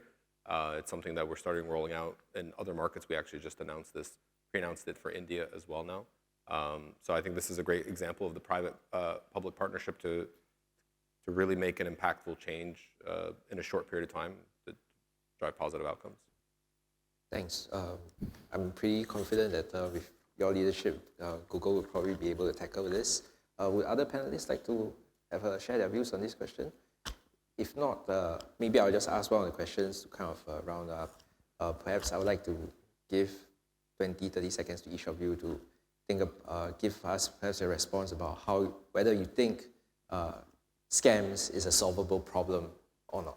So maybe we'll start off with Ngiam. Yes, thank you. Well, first of all, as it was already said today, there is not like one magic solution. I think a lot of things will be needed, and one of the solutions that we are also looking at is building a link between validated messages and services linked to the known identity and non-validated reading anonymous, so that for specific transactions, 90% of all the messages can be anonymous, but for those that really matter, we should need maybe a mechanism to validate who is sending this message, what's the real identity, do I know it? Thanks. Chikin? I can mitigate fear and ignorance. I cannot vaccinate humanity against greed and lust. Because of that, scams will always be here. The current platform happens to be this vector. That's why I think we need the North Star conversation. In COVID, how many people still didn't get vaccinated, still went out, still didn't social distance themselves, still ended up in hospital? That's why we still need the social safety net. That's why I feel the North Star conversation is so important. Yeah, I think they could be, hopefully the goal is to minimize. I don't know if you can ever eliminate them. In any security model, the user is the weakest link. So that's why we have all these proactive measures in place to protect the user so that they don't, when they do make the wrong decision, we can protect them. Thank you. I think 道高一尺，魔高一丈. So the scammers will always move faster than us, but we must continually fight against them. It takes one network to defeat another network. So we must continue to work together, public and private together, and continue to try to outrun them. That's what we must do. Thanks very much. And on that note, we have come to the end of the panel. Please join hands and give our panelists a round of applause. Thank you. Thank you very much to Mr. Yik and our panelists for the very insightful panel discussion. I would like to invite all of our speakers to actually head up front. Maybe we can gather together for a group photograph, please.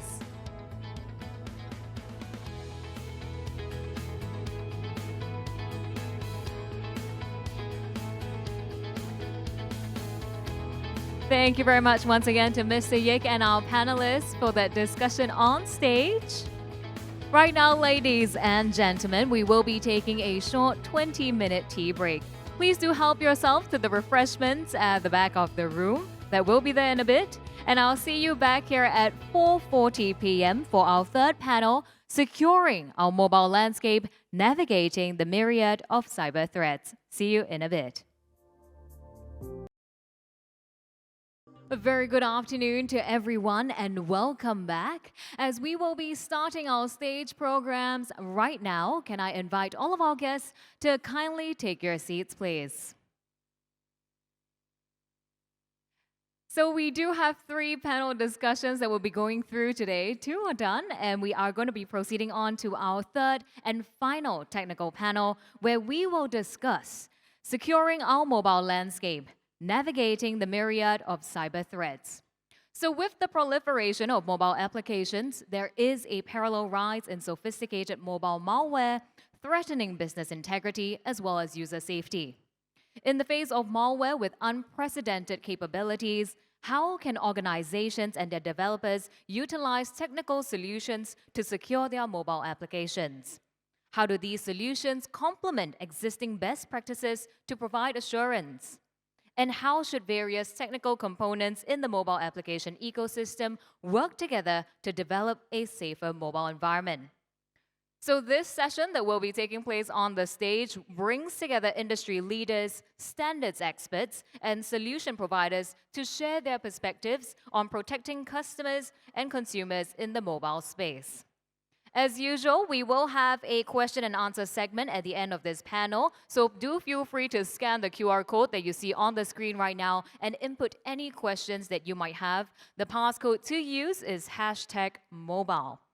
With that, I can already see that our panelists and moderators are more than eager to come up to the stage. Let us welcome our moderator for this session, Mr. Rodney Tan, Director of the Cybersecurity Engineering Center at the Cybersecurity Agency of Singapore. And of course, our panelists joining him on stage as well, Mr. Jan Seismans, Head of Marketing for Asia Pacific and Japan at Appdome, Mr. Dmitry Volkov, Chief Executive Officer and Chief Technology Officer at Group IB, Mr. Alex Duff, Founding Member of the App Defense Alliance and Head of Platform Ecosystem Data Security at Meta, Ms. Jeannie Sujin Gan, Executive Committee Member at SG Tech and Singapore Computer Society's Cybersecurity Chapters. And last but not least, we would also like to invite Mr. Chang Kai, Chief Technology Officer at VKey. So the stage is yours, Mr. Tan. Take it away.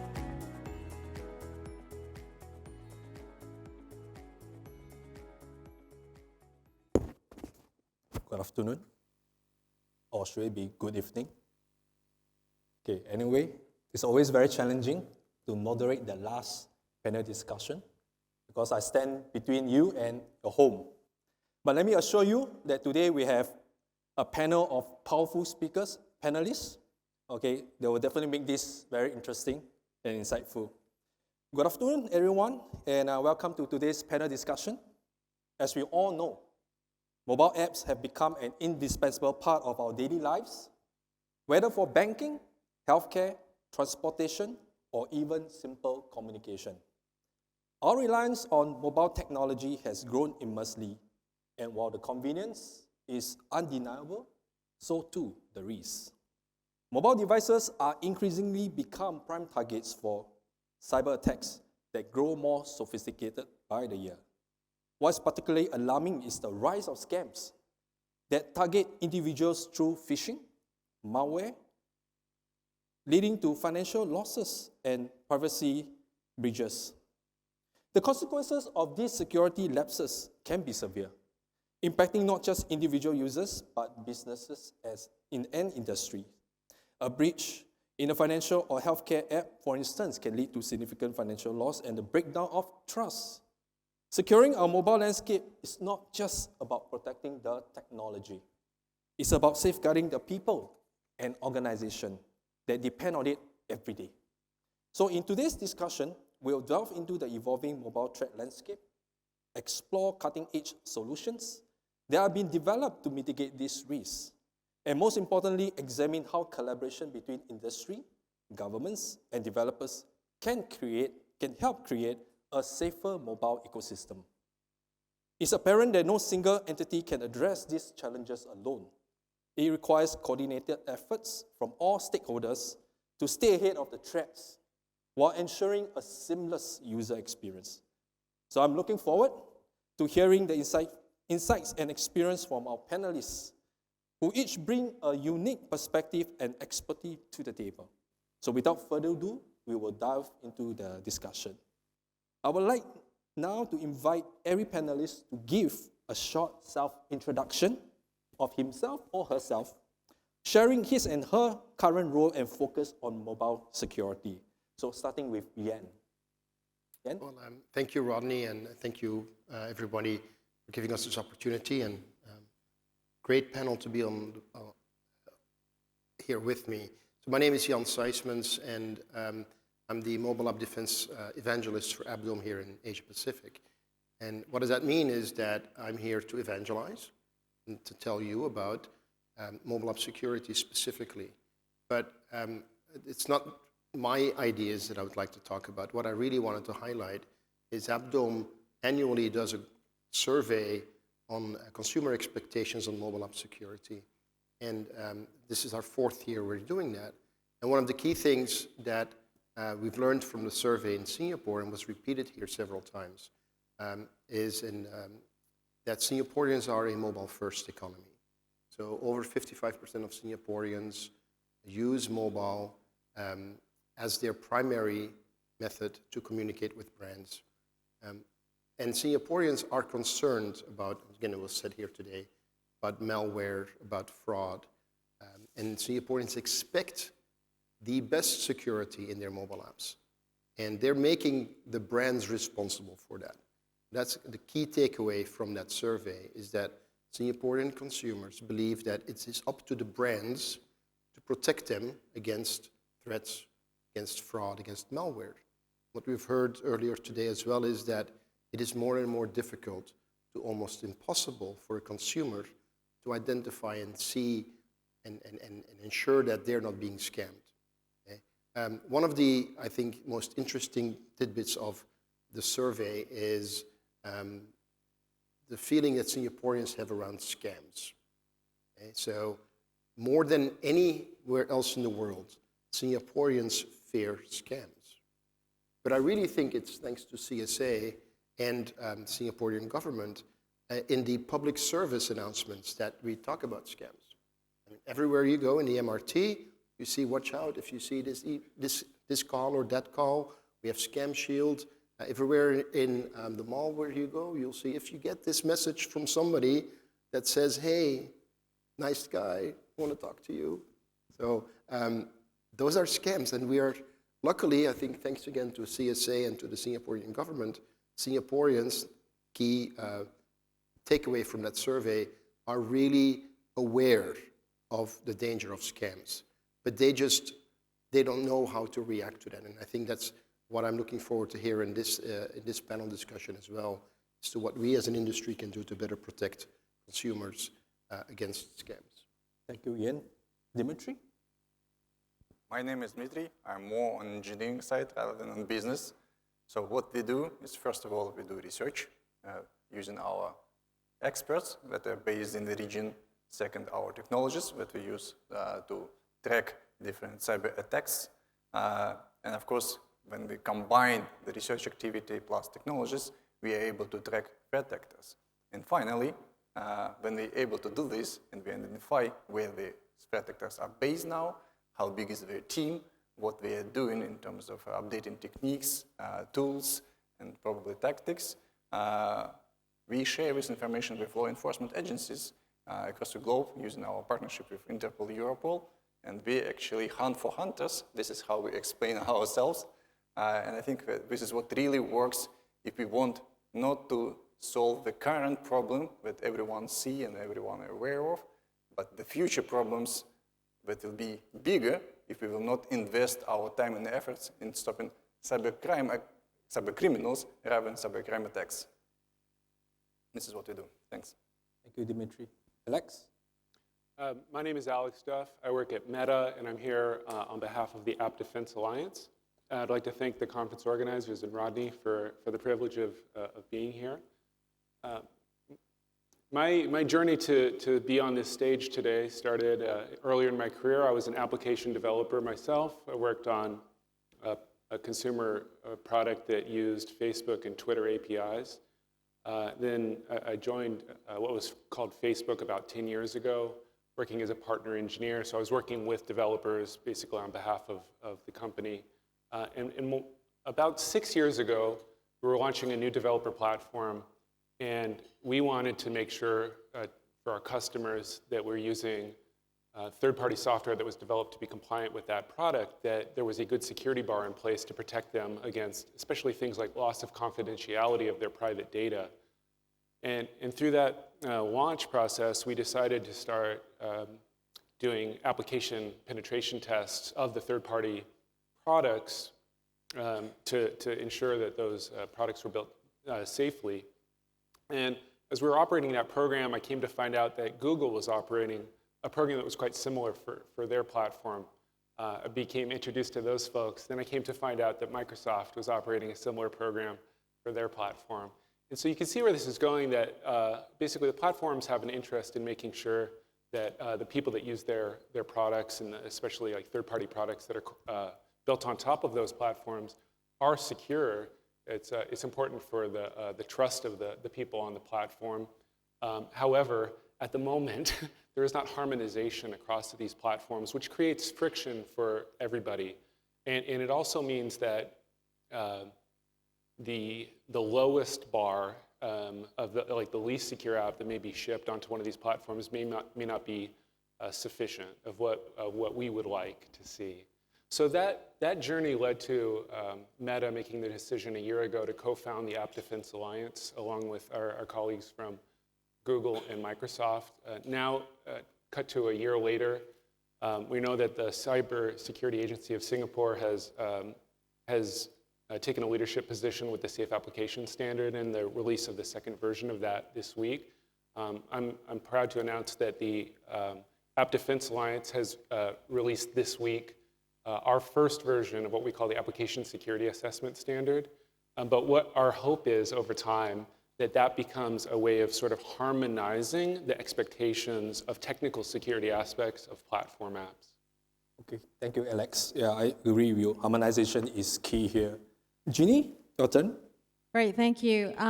Very glad to be here. Flew in today from Dubai and happy to have made it in time for this.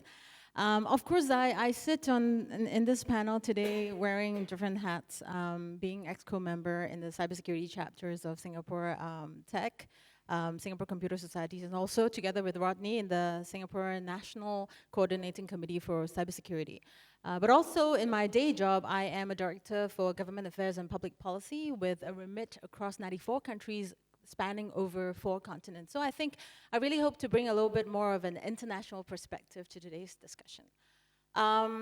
At GITEX, actually, where I flew in from in Dubai, I was hosting a roundtable yesterday and also speaking to a group of media precisely on this topic of mobile security, because it is not an issue just, that we're worried about in Singapore, but also internationally.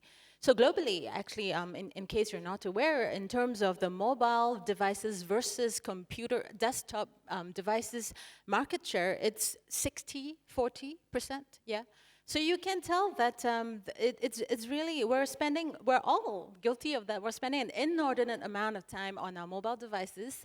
We're doing mobile banking on our mobile devices. We are checking our work emails. We have all the financial information in our mobile devices, and we're storing and processing these data on our mobile devices. So it's become very pervasive in our lives, and it cannot run away from that. However, what is sobering is that, and this is a survey that was last conducted by the Singapore government, where in Singapore, only 40% of people have an antivirus solution installed in their mobile device. So that's a little bit of a contrast there, and it's worrying because it means that despite the inordinate amount of time that we're spending on mobile devices with an inordinate amount of important information that can potentially be lost, leading to financial losses not just for yourself, but in your circle of influence, we are only protecting ourselves. Only 2/3 of us are doing that, or less, 4 over 6, yeah, thereabouts. So I think we need to sort of raise that awareness, and also I think CSA, Cybersecurity Agency of Singapore, has done a good job because they have actually introduced sort of a recommended list of antivirus software providers for mobile devices, and I think that's a good step in the right direction. Looking forward to more conversations around this topic for the rest of this session. Yeah. Thank you, Jeannie. Before I pass it to Chiang Kai, just a show of hand, any one of you have an antivirus on your phone? Okay, so about there, 40%. Okay, Chiang Kai, to you. Hi, very nice to meet you, everyone. My name is Chiang Kai. You can call me CK. I'm the CTO of VKey. So VKey is a software security company specializing in mobile security. We have what we call a virtual secure element or virtual smart card technology that powers all the solutions that we provide, which can include application protection, as well as the crypto operations that are required for authentication, transaction signing, and so on. As you know, crypto logic needs to be protected, so that's where the virtual secure element or virtual smart card comes into picture. So we are a Singapore-based company. We have been founded about 13 years ago, and we have made inroads into the region. Many of the Southeast Asian banks are actually using us. And we are also going more globally into US, Australia, and Europe as well. And something that I'd like to just bring into this discussion is the fact that security and user experience don't really have to be trade-offs. Okay, so at VKey, we really believe that to drive the global digital experience, we are able to provide the technology and tools for app developers to develop the best user experience, but with security embedded inside. Yeah, so back to you. Thank you, Chiang Kai. Okay, before I open questions to the floor, I have a couple of questions for the panelists, ranging from mobile threat landscape, security solutions to address the threats, and the collaboration beyond technical solutions. So I would like to invite Dimitri and Chiang Kai to take the first question. Okay, cyber threats targeting mobile apps are becoming more sophisticated each year. How have you seen mobile malware evolve? Are there any unique mobile threats you have observed in the financial service sector? And how do these threats differ from those targeting other industries? Dimitri? Well, first of all, financial industry is suffering from banking trojans. On mobile or PC, doesn't matter. So it means that we are definitely unique from other industries because we don't need some other features that are available if we talk about post-exploitation frameworks, for example, or something else. But Asia-Pacific region is quite unique in terms of malware and threat actor groups that are active in the region. We can say definitely that threat actors who operate in the region, they are local. They are not based in Singapore, but they are based in the region. So we know the specific of the region, we know what is really needed, we understand how it works. They can collaborate effectively with traditional crime groups, for example, for money laundering activity and so on. So they cooperate very tightly. In terms of threat evolution, we can say that there is not many malware families that are active at the moment. But even with such a small number of malware families, they actually damage digital economy a lot. The active trojans are well known. It's Gigabyte, it is a banking trojan for Android. There is a Gold Factory that is the most advanced, I would say, mobile Trojan platform with a lot of modules that are very flexible and allow to do a lot of things. And one of the key shifts that we made within last time is basically the focus on AI. So we try to ask for video recordings of your face, ask you to make photos with your documents. They steal some relevant information. So we try to manipulate with KYC processes, and we use the same information then on a later stage to make deepfake videos to actually confirm sensitive transactions or, again, open bank accounts based on your identity that was stolen from an infected device. We also see some other malware families that are still active, like Crack's Rat, well known, but it has multiple names, or even Unishadow trade system that is active in terms of pig butchering activity, but it's more like on a trading activity rather than financial malware. So we see that the features that we develop developing very fast. One of the key things that we see now is, of course, focus on AI and then focus on original application tampering, because we want to disable already embedded features, security controls and features of an original banking application or other applications. So this is what we, of course, also need to take into account when we speak about cybersecurity and anti-fraud actions. Thank you for the sharing. Chiang Kai? So I'd like to bring everyone back to maybe about 10 years ago, where mobile security wasn't really treated any differently from like your web server security. Because back then, I think you know about OWASP, everyone knows about OWASP, but there wasn't really a mobile security version of OWASP. But over time, people realized that there's a difference, right? Because server applications are actually behind various secure firewalls, secure data centers physically. You can't really see what is the code that's running in the virtual machines on the server side. But mobile security is very different. Anyone can download the app from Google Play and App Store. The hackers can also download the app, reverse engineer, figure out how you do things, and maybe extract the keys from inside the app. And once he knows how to hack into the app, he can also apply the same technique on all the other apps of your users. So over time, people realized there's this big key difference.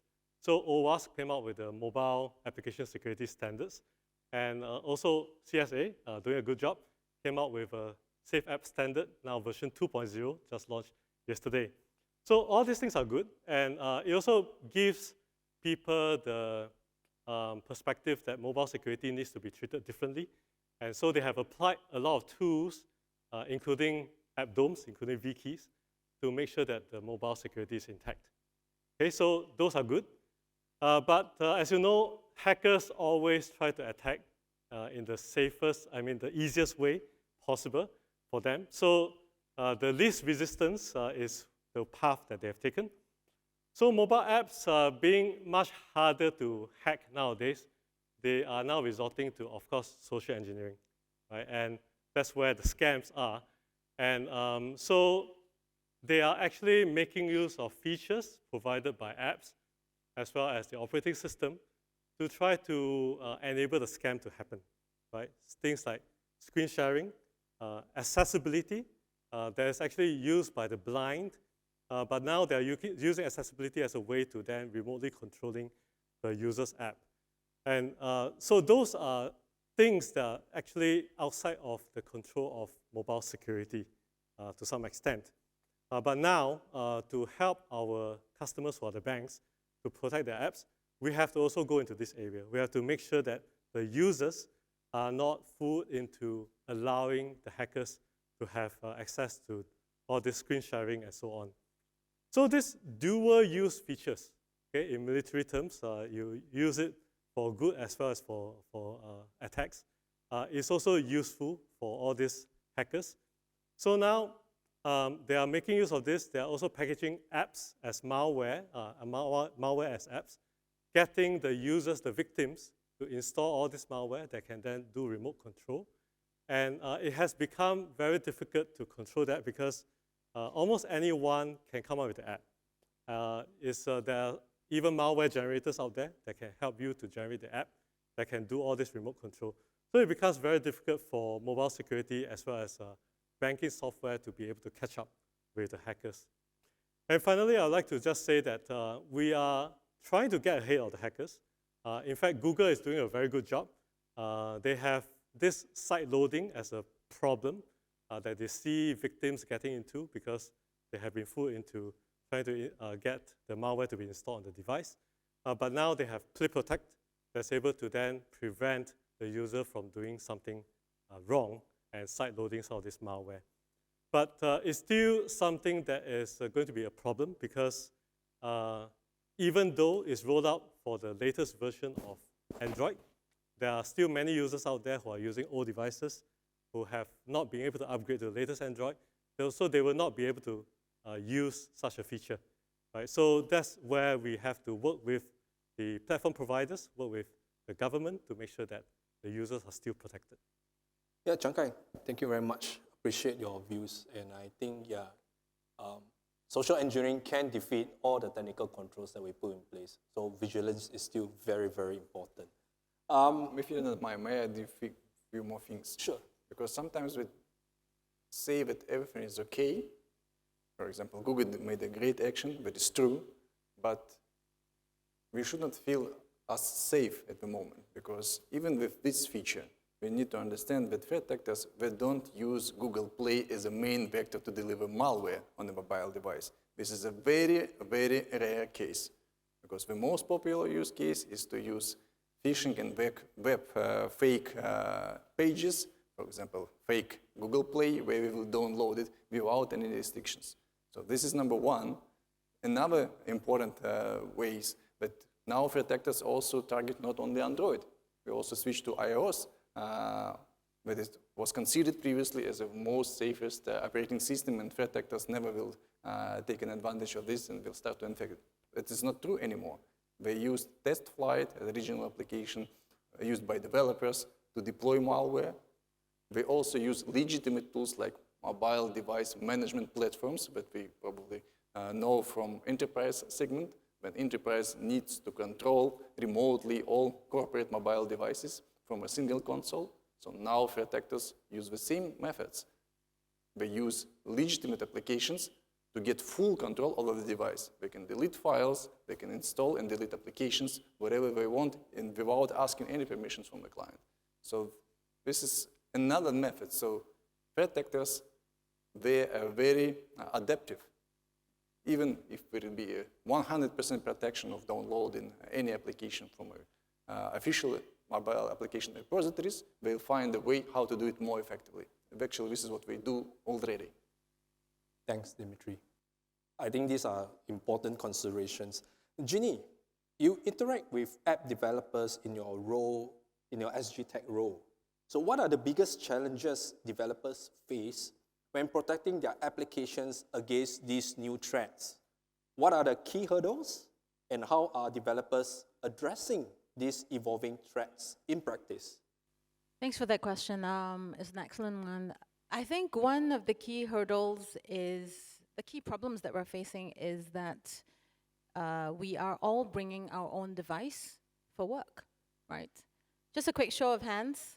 How many of you do not check your work emails off your mobile device? Do not. Okay, do not. Okay, that's a very small minority, right? Which only goes to show that most people actually do. And the worst part is that, and in some organizations, they actually would provide a corporate phone on top of, well, you are then free to use whatever on your private personal phone. But most people still allow and encourage, most organizations I see in the industry still encourage people to bring your own device. Now, that is not a problem in and of itself, surely, right? And forget everything that I said just now at the opening segment about most people not protecting their mobile devices. Let's just forget that for a moment. Stay with me on the bring your own device policy that is very pervasive across all organizations today.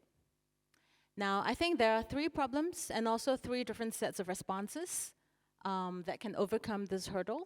And I think Rodney was also right that there is a limitation to how much technical solutions can provide. And so you would hear that out of the 3, 2 of them are actually systemic and human, right? Only a third one is sort of technical. Now, the first thing is that when companies allow people to check their work and work off their personal mobile phones, most of them, we've realized in the industry, do not purchase antivirus software, something so basic as that, or VPN services for their employees. And this is certainly also not reimbursed. If you should, like me, I do that minimally. I have a good antivirus software, and I VPN so that my data is safe, my work is safe, and all that. But most people actually do not, and even if they do, their companies do not reimburse them for that. Now, that is a systemic problem, because what then happens is that IT managers are in a fix. Because IT managers in the organizations will be held liable if there is data loss from the company, whether or not it was lost through your corporate phones or your personal mobile devices. That's systemic. And then there's the human factor, because employees are also extremely resistant. Hopefully less so in time to come with more awareness and education and trainings. But currently, what I'm seeing is that employees are resistant. Why? Because they feel that their autonomy or their privacy are infringed upon or compromised with stepped-up security on their personal devices. And so they're also resistant to having that. And then, of course, lastly, I'll talk a little bit about what mobile security vendors and developers actually should do. But before I go into that, also, I think there's an interesting example that one of my colleagues was sharing with me. He's in the audience today. And that is interesting because there are companies who have come up with very creative ways to get around the problems that I highlighted just now, right? So for instance, there was one company that we came across that actually made the access of the most popular employees' perks and benefits, as well as the access to their pay slips, only possible after the employee has installed cybersecurity solution on their mobile phones. Now, it can be a bit, I see a lady in the audience like, that's interesting. I'm not sure how this is gonna fly with other companies, but I think there's a certain element of soft nudging on top of trying to soft compel, but I think it does go a long way, right? And also, of course, reimbursing employees should they wish to purchase or should they purchase cybersecurity solutions for their mobile devices, which they use to check and work off, office stuff, should be encouraged as well. And of course, mobile security vendors should also do their part in this ecosystem and to make sure that the solutions are non-invasive and to really bring home the idea that security should not be at the expense of privacy. Thank you, Jeannie. Okay, before I go to the next question for Yen, can I request that you flash the QR code so that the floor can actually pose the questions. Yen, mobile apps today face zero-day attacks and malicious behavior that traditional methods cannot easily detect. Attackers are also constantly finding new ways to bypass security measures to commit fraud and scam users. How can developers keep up with such advanced threats and maintain a strong security posture to safeguard their apps? Yeah, thank you, Rodney. Very quickly, Abdom is a mobile app defense platform that allows developers and cyber people to implement and choose from over 350 different defenses around cyber threats, mobile fraud, mobile malware, social engineering, etc., and build that into their mobile apps inside of the CI/CD workflow. So, fully automated solution. The key thing to identifying and staying ahead of the bad guys, and CK, you brought it up several times already, this is the biggest hurdle developers have and cyber people have. How do you stay in front of the bad guys? And the way to do that is by being able to have intelligence, telemetry data on all of the threats and attacks that are happening against your app in production, and being able to very, very quickly respond to that and very quickly update your security model to address those threats. That is the hardest part. And the best way to do that, and at this moment, almost the only way to do that, and I know this is a term that everybody is using today, but it's using AI. Without AI, without the ability to use AI to identify the threats, to identify the methods and the tools used by the bad guys. I mean, everybody's talked about this here before. An attack is not a single attack. An attack is comprised of multiple different attack vectors. And Dimitri pointed out gold pickaxes, something that the IB group identified, which is a iOS banking Trojan that uses an MDM to attack the user and then do a deep fake Face ID bypass. Well, these are multiple attack vectors that the attackers are using. And this is what you see in the real world today. Attackers are using multiple attack vectors. I mean, I have a list of 25 different banking Trojans that I could rattle off right now, and they all use similar but different attack vectors. So the only way to truly defend against that is to have an AI-based solution that can identify the threat, the methods and tools used, so that you as a developer can very quickly respond to that. So that you as a cyber person can very quickly see the threats coming up, make changes to your security model, deploy that into production without your developers having to do any work. And that, I believe, is the only way we're going to be able to stay ahead of the bad guys. Thank you. I think this is a very helpful explanation. Alex, you are involved in the App Defense Alliance. In your view, what are some key best practices developers should adopt to ensure application security? How do standards play a role in improving the security of mobile applications? And how can developers align with these standards to enhance protection?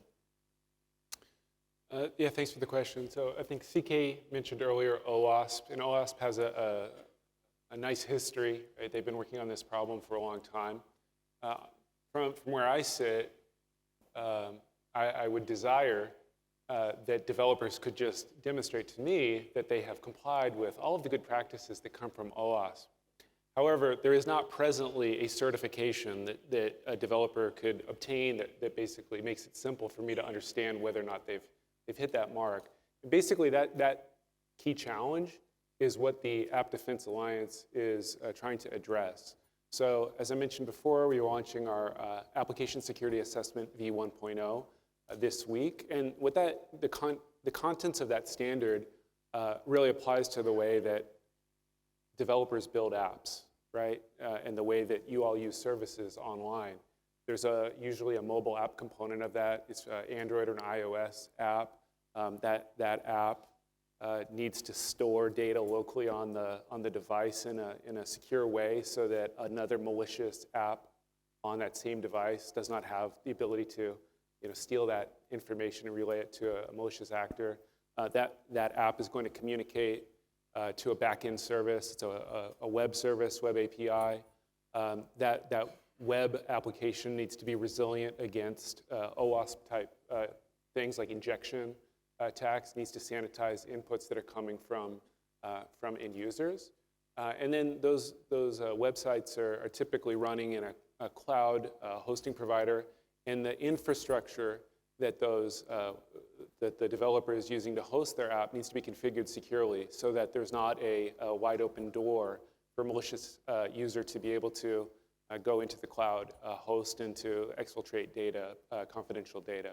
So the App Defense Alliance's standard addresses each of those three areas: mobile, web, and cloud. And the standard contains prescriptive guidance for developers along with an independent certification scheme.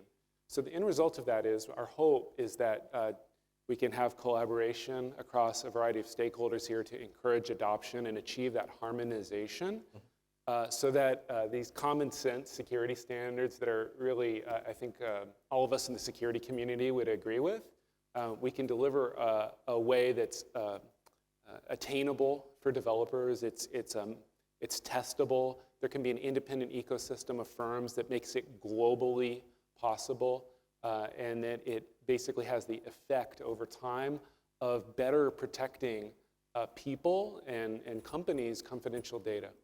Okay, thank you. Ronnie, can I just add on? Sure.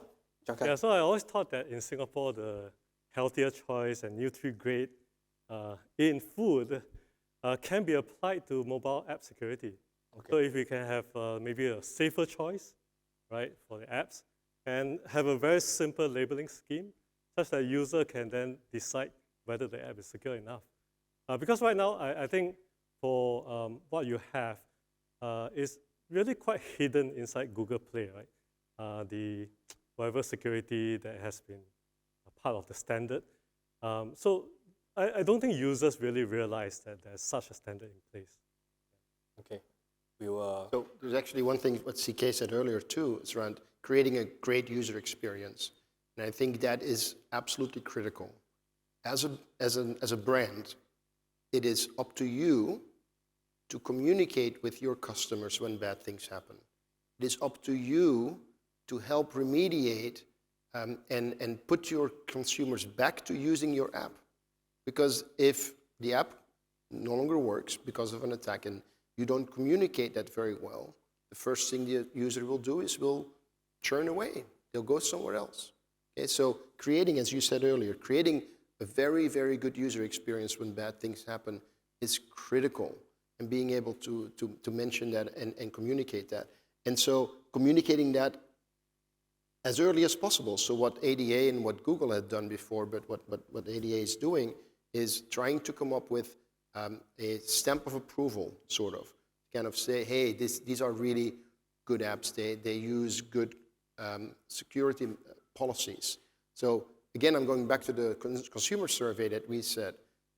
Consumers truly expect brands to step up. Consumers truly expect brands to communicate with them what they are doing to protect them when bad things happen. And consumers expect the best protections possible. So not just your basics, jailbreak and root and obfuscation and encryption. No, it's about malware, it's about fraud, and that's complex, okay? It is truly complex. The bad guys use multiple attack vectors combined. We'll change that over time. We'll, just like we release new software and release new versions, the bad guys use the exact same model, and they release new versions and they do variations of their malware with one thing only, and that is to bypass the protections that are in the apps. So really, as a brand, that it's your responsibility to make sure that you have the tools to protect your consumers. Thank you very much. We will take the labeling suggestion. We'll consider that Okay. The clock tells me there are only left a couple of minutes, so we will have to speed up a bit. But no worries, from the look of the audience, they are hungry for more of, from the panelists. So my next question to Chang Kai. We're going to talk about digital identity and mobile authentication systems. They are often the prime targets for attackers, especially attackers who use social engineering to fish for credentials, such as passwords and PINs. Right? So can you share how emerging solutions such as FIDO are being used to secure this authentication mechanism and integrated into mobile applications today? So traditional OTPs, even the hardware kind where you press, they're all susceptible to phishing, as you know. And of course, passwords that you try to remember, susceptible to phishing. People just write down a piece of paper and can be shared. So what the banks have actually already deployed so far, a combination of maybe the device's own biometrics, such as fingerprint or Face ID, together with a digital token inside the app. Okay, so like I said just now, with the appropriate technology, you can actually secure the key and make sure the key is not leaked out. So all these are good. So if you do an authentication from the mobile app to the banking server, you're actually very well protected. But there are still two scenarios which the banks run into problems with, and that is change of phone. Okay, when you use a new phone, that's where you still need to have a password, still have to receive OTP and so on. So that is a challenge. The second one is actually a cross-device authentication, using the browser on your laptop, doing an internet banking, and then using a phone to try to do that authentication. So for the first one, changing a phone, I think that's a big problem, unless we really do away with the passwords. And there are some new technologies out there using biometrics, especially the privacy-enabled kind of biometrics, where people do not have to worry about the face have to travel all the way to the server and loss of privacy. There are new technologies that allow you to convert your face into a private key that you can then do authentication. And so that will then alleviate some of these concerns about privacy. So I will encourage banks to maybe actively look into such technologies. Then you can really do away with the passwords and not be susceptible to phishing. Then, of course, there's the other scenario which I talk about, the internet banking scenario, where nowadays people still use a combination of push notification, right, or maybe a QR code scan, a bit like SingPass where you scan the QR code to do authentication. They are still susceptible to phishing and scams because imagine you receive a push notification. The scammer can tell you that they are from the bank, they want to do something, so they need you to approve. So you approve, and remotely he can log into your account. Even the QR code, someone can still take the QR code from the actual website, display it, and do a phishing of the QR code. So, so those are actually problems because there isn't really a very good way to ensure the proximity of your mobile phone with your browser. And FIDO actually solves that.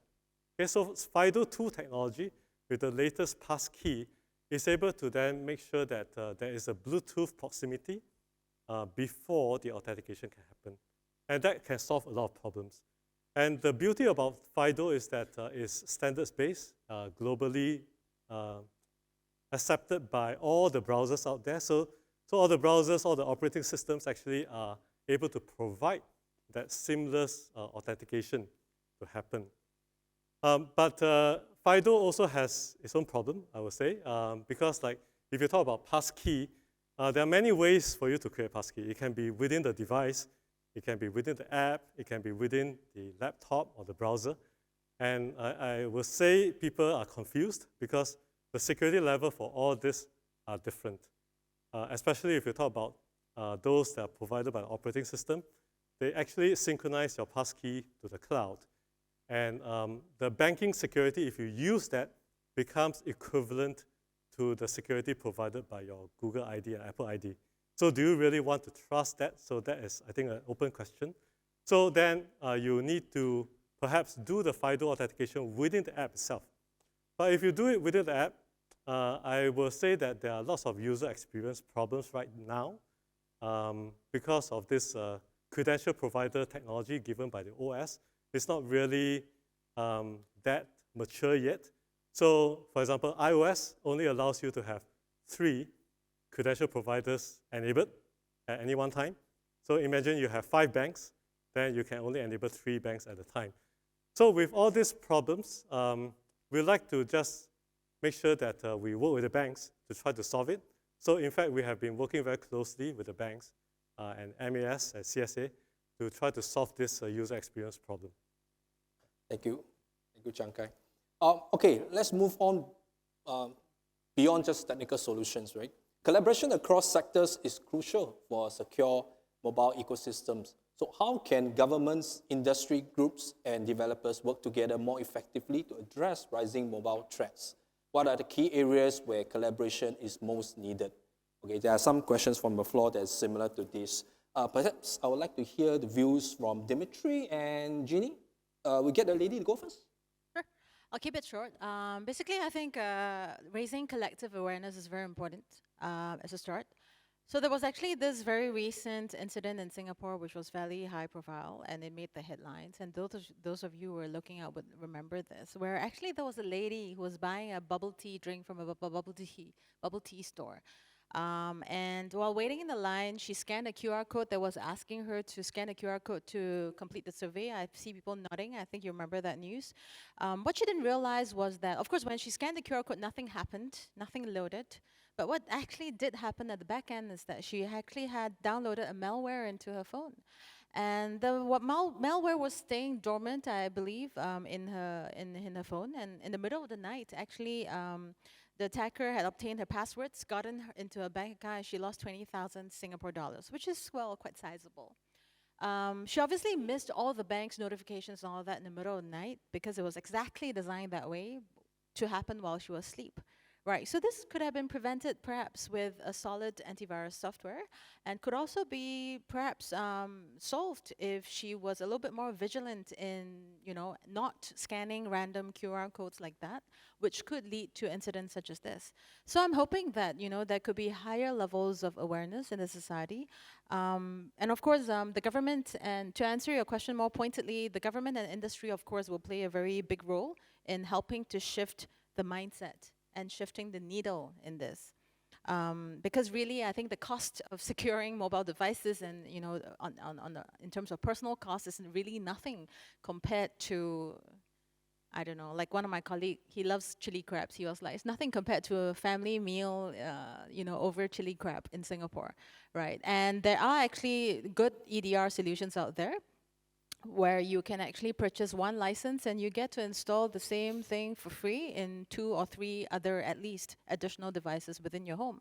So I also think that maybe a bolder move from industry and perhaps empowered by the government can be viable and something to consider, which is to maybe give free AV for all Singaporeans. I'm not trying to lobby, I'm speaking on behalf of the industry, but I think cost is really not significant compared to the potential losses because, and again, this was something that I was saying to the press just yesterday before I flew out, that the global economic losses that one would expect in 2 years' time in 2026, how much would you guess, arising from cyber attacks, is $10 trillion US. That's a lot of money globally, right? So I think crucially, my one final point is that all players in the ecosystem should behave in a way that reflect the severity of this threat. And I think which cannot and must not be underestimated. Thank you. Thank you for raising some critical points. I think Ronnie has a lot of homework after this. Okay. Dimitri? Let me be advocate of devil. When we say awareness, what do we mean? I mean, when you listen to the radio, you hear about the scam. When you read newspapers, you read about scam. When you go to a grocery shop, you see some, again, warnings about potential scam. When you use your digital application, it doesn't matter if it's a banking application, you hear or read or see something about scam. We scare people. We don't need to scare them anymore. We need to solve the problem and let people feel themselves secure, because this is what we need. We need to get trust back, because we already lost the trust. That is the most important thing, especially in the digital economy, that we want to grow, that we want our society to be in a safe environment. So that's why when we say awareness, let's reconsider what we mean here, because if we will continue to do what we did before, it will not change, it will not make the situation better. The second part is about EV. Different platforms, I mean, workstation, servers, and mobile platforms deserve different approach for cybersecurity. On computers or workstations, antivirus is for free for many years already. But does it solve the problem of malware on the computers? No. On a mobile platform, it will be even worse. So I would say it's a good initiative to give everyone a free antivirus for mobile device. Let's do this as a community. I don't think that somebody will suffer, but it will not solve the problem, unfortunately. In this case that you just described, was it possible to prevent it? The answer is yes, but it's not with antivirus. We need something else that is embedded in the original banking application. When we talk about financial fraud, we need to protect banking application. If we talk about fraud in retail, we need to protect retail applications or e-commerce websites. It doesn't matter what is the application, but it's possible to protect the data that you store in the application. And it's not about secure development, because one of the biggest problems that I see right now, that they see current problem and they immediately think that we know the solution. For example, we know that malware intercepts SMS. Let's go to push. Did it solve the problem? No. Now we know that malware use accessibility service. Let's disable all financial operations if we see that there is an enabled accessibility service on a mobile device. Did it solve the problem? No. Because every time when we deliver something to the production, same day or maybe next day, protectors already improve what we did before, they change tactics, and it doesn't solve any problems. So that's why the vision about what they are going to do next is important. We need to be able to predict what will be not just one step ahead. We need to think about 10 steps ahead, because there's so many variety of things that we can implement to bypass security measures that we implemented right now. And the same about device fingerprinting, the same about device tampering. When we pinpoint one particular problem, we don't solve the problem at all. We just force them to change techniques and raise a bar a little bit, I mean security bar. It's not a solution. We need to do cybersecurity in a different way. Otherwise, we will see the same trend. Have you seen how fast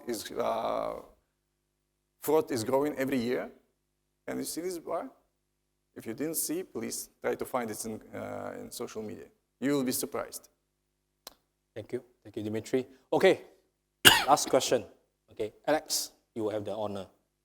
How do you see the role of standard bodies and industry groups evolve as mobile security challenges become more complex? What more can be done to foster stronger collaboration between stakeholders, such as mobile platforms, app stores, and developers, to improve mobile app security? Alex, to you. Well, thank you for the honor of having the last question. I'll make this brief. As I said before, what the App Defense Alliance is put forward this week is our security assessment. I think it covers the common ways that developers build applications right now. The test guidance, that prescriptive guidance is out now. And in the coming months, the independent certification is going to be possible. Now, all that being said, we believe it is common sense security guidance that none of us would disagree with. But the Alliance cannot cause global developers on its own to adopt this standard and to harmonize on a reasonable set of technical security standards that would protect people and confidential data. So what I would suggest is that we need participation and enthusiasm from developers, from policymakers, and collaboration to continue to iterate and improve upon those standards and to popularize them. And as you've heard from the other panelists and throughout the day this afternoon, this is one piece of a very complicated puzzle, these technical standards, but we think that it can be a part of making a better future. Okay, thank you. Okay, so on this note, please join me to thank the panelists. I hope you have enjoyed the discussion. Please, thank you. Thank you very much, Mr. Tan and our panelists. I'd like to invite all of you to come on forward to the front of the stage. Let us gather for a group photograph, please.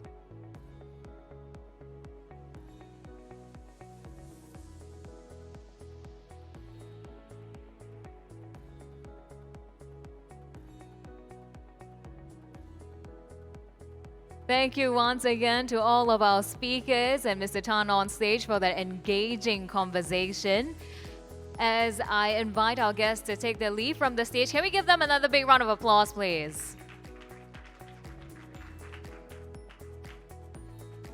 And with that, ladies and gentlemen, we have now come to the end of Mobile Security and Scams event. I want to thank you all for taking the time to join us this afternoon, and hopefully you have taken away some valuable insights from today's discussion. Again, my name is Juliana Yao, and I wish you a pleasant evening ahead.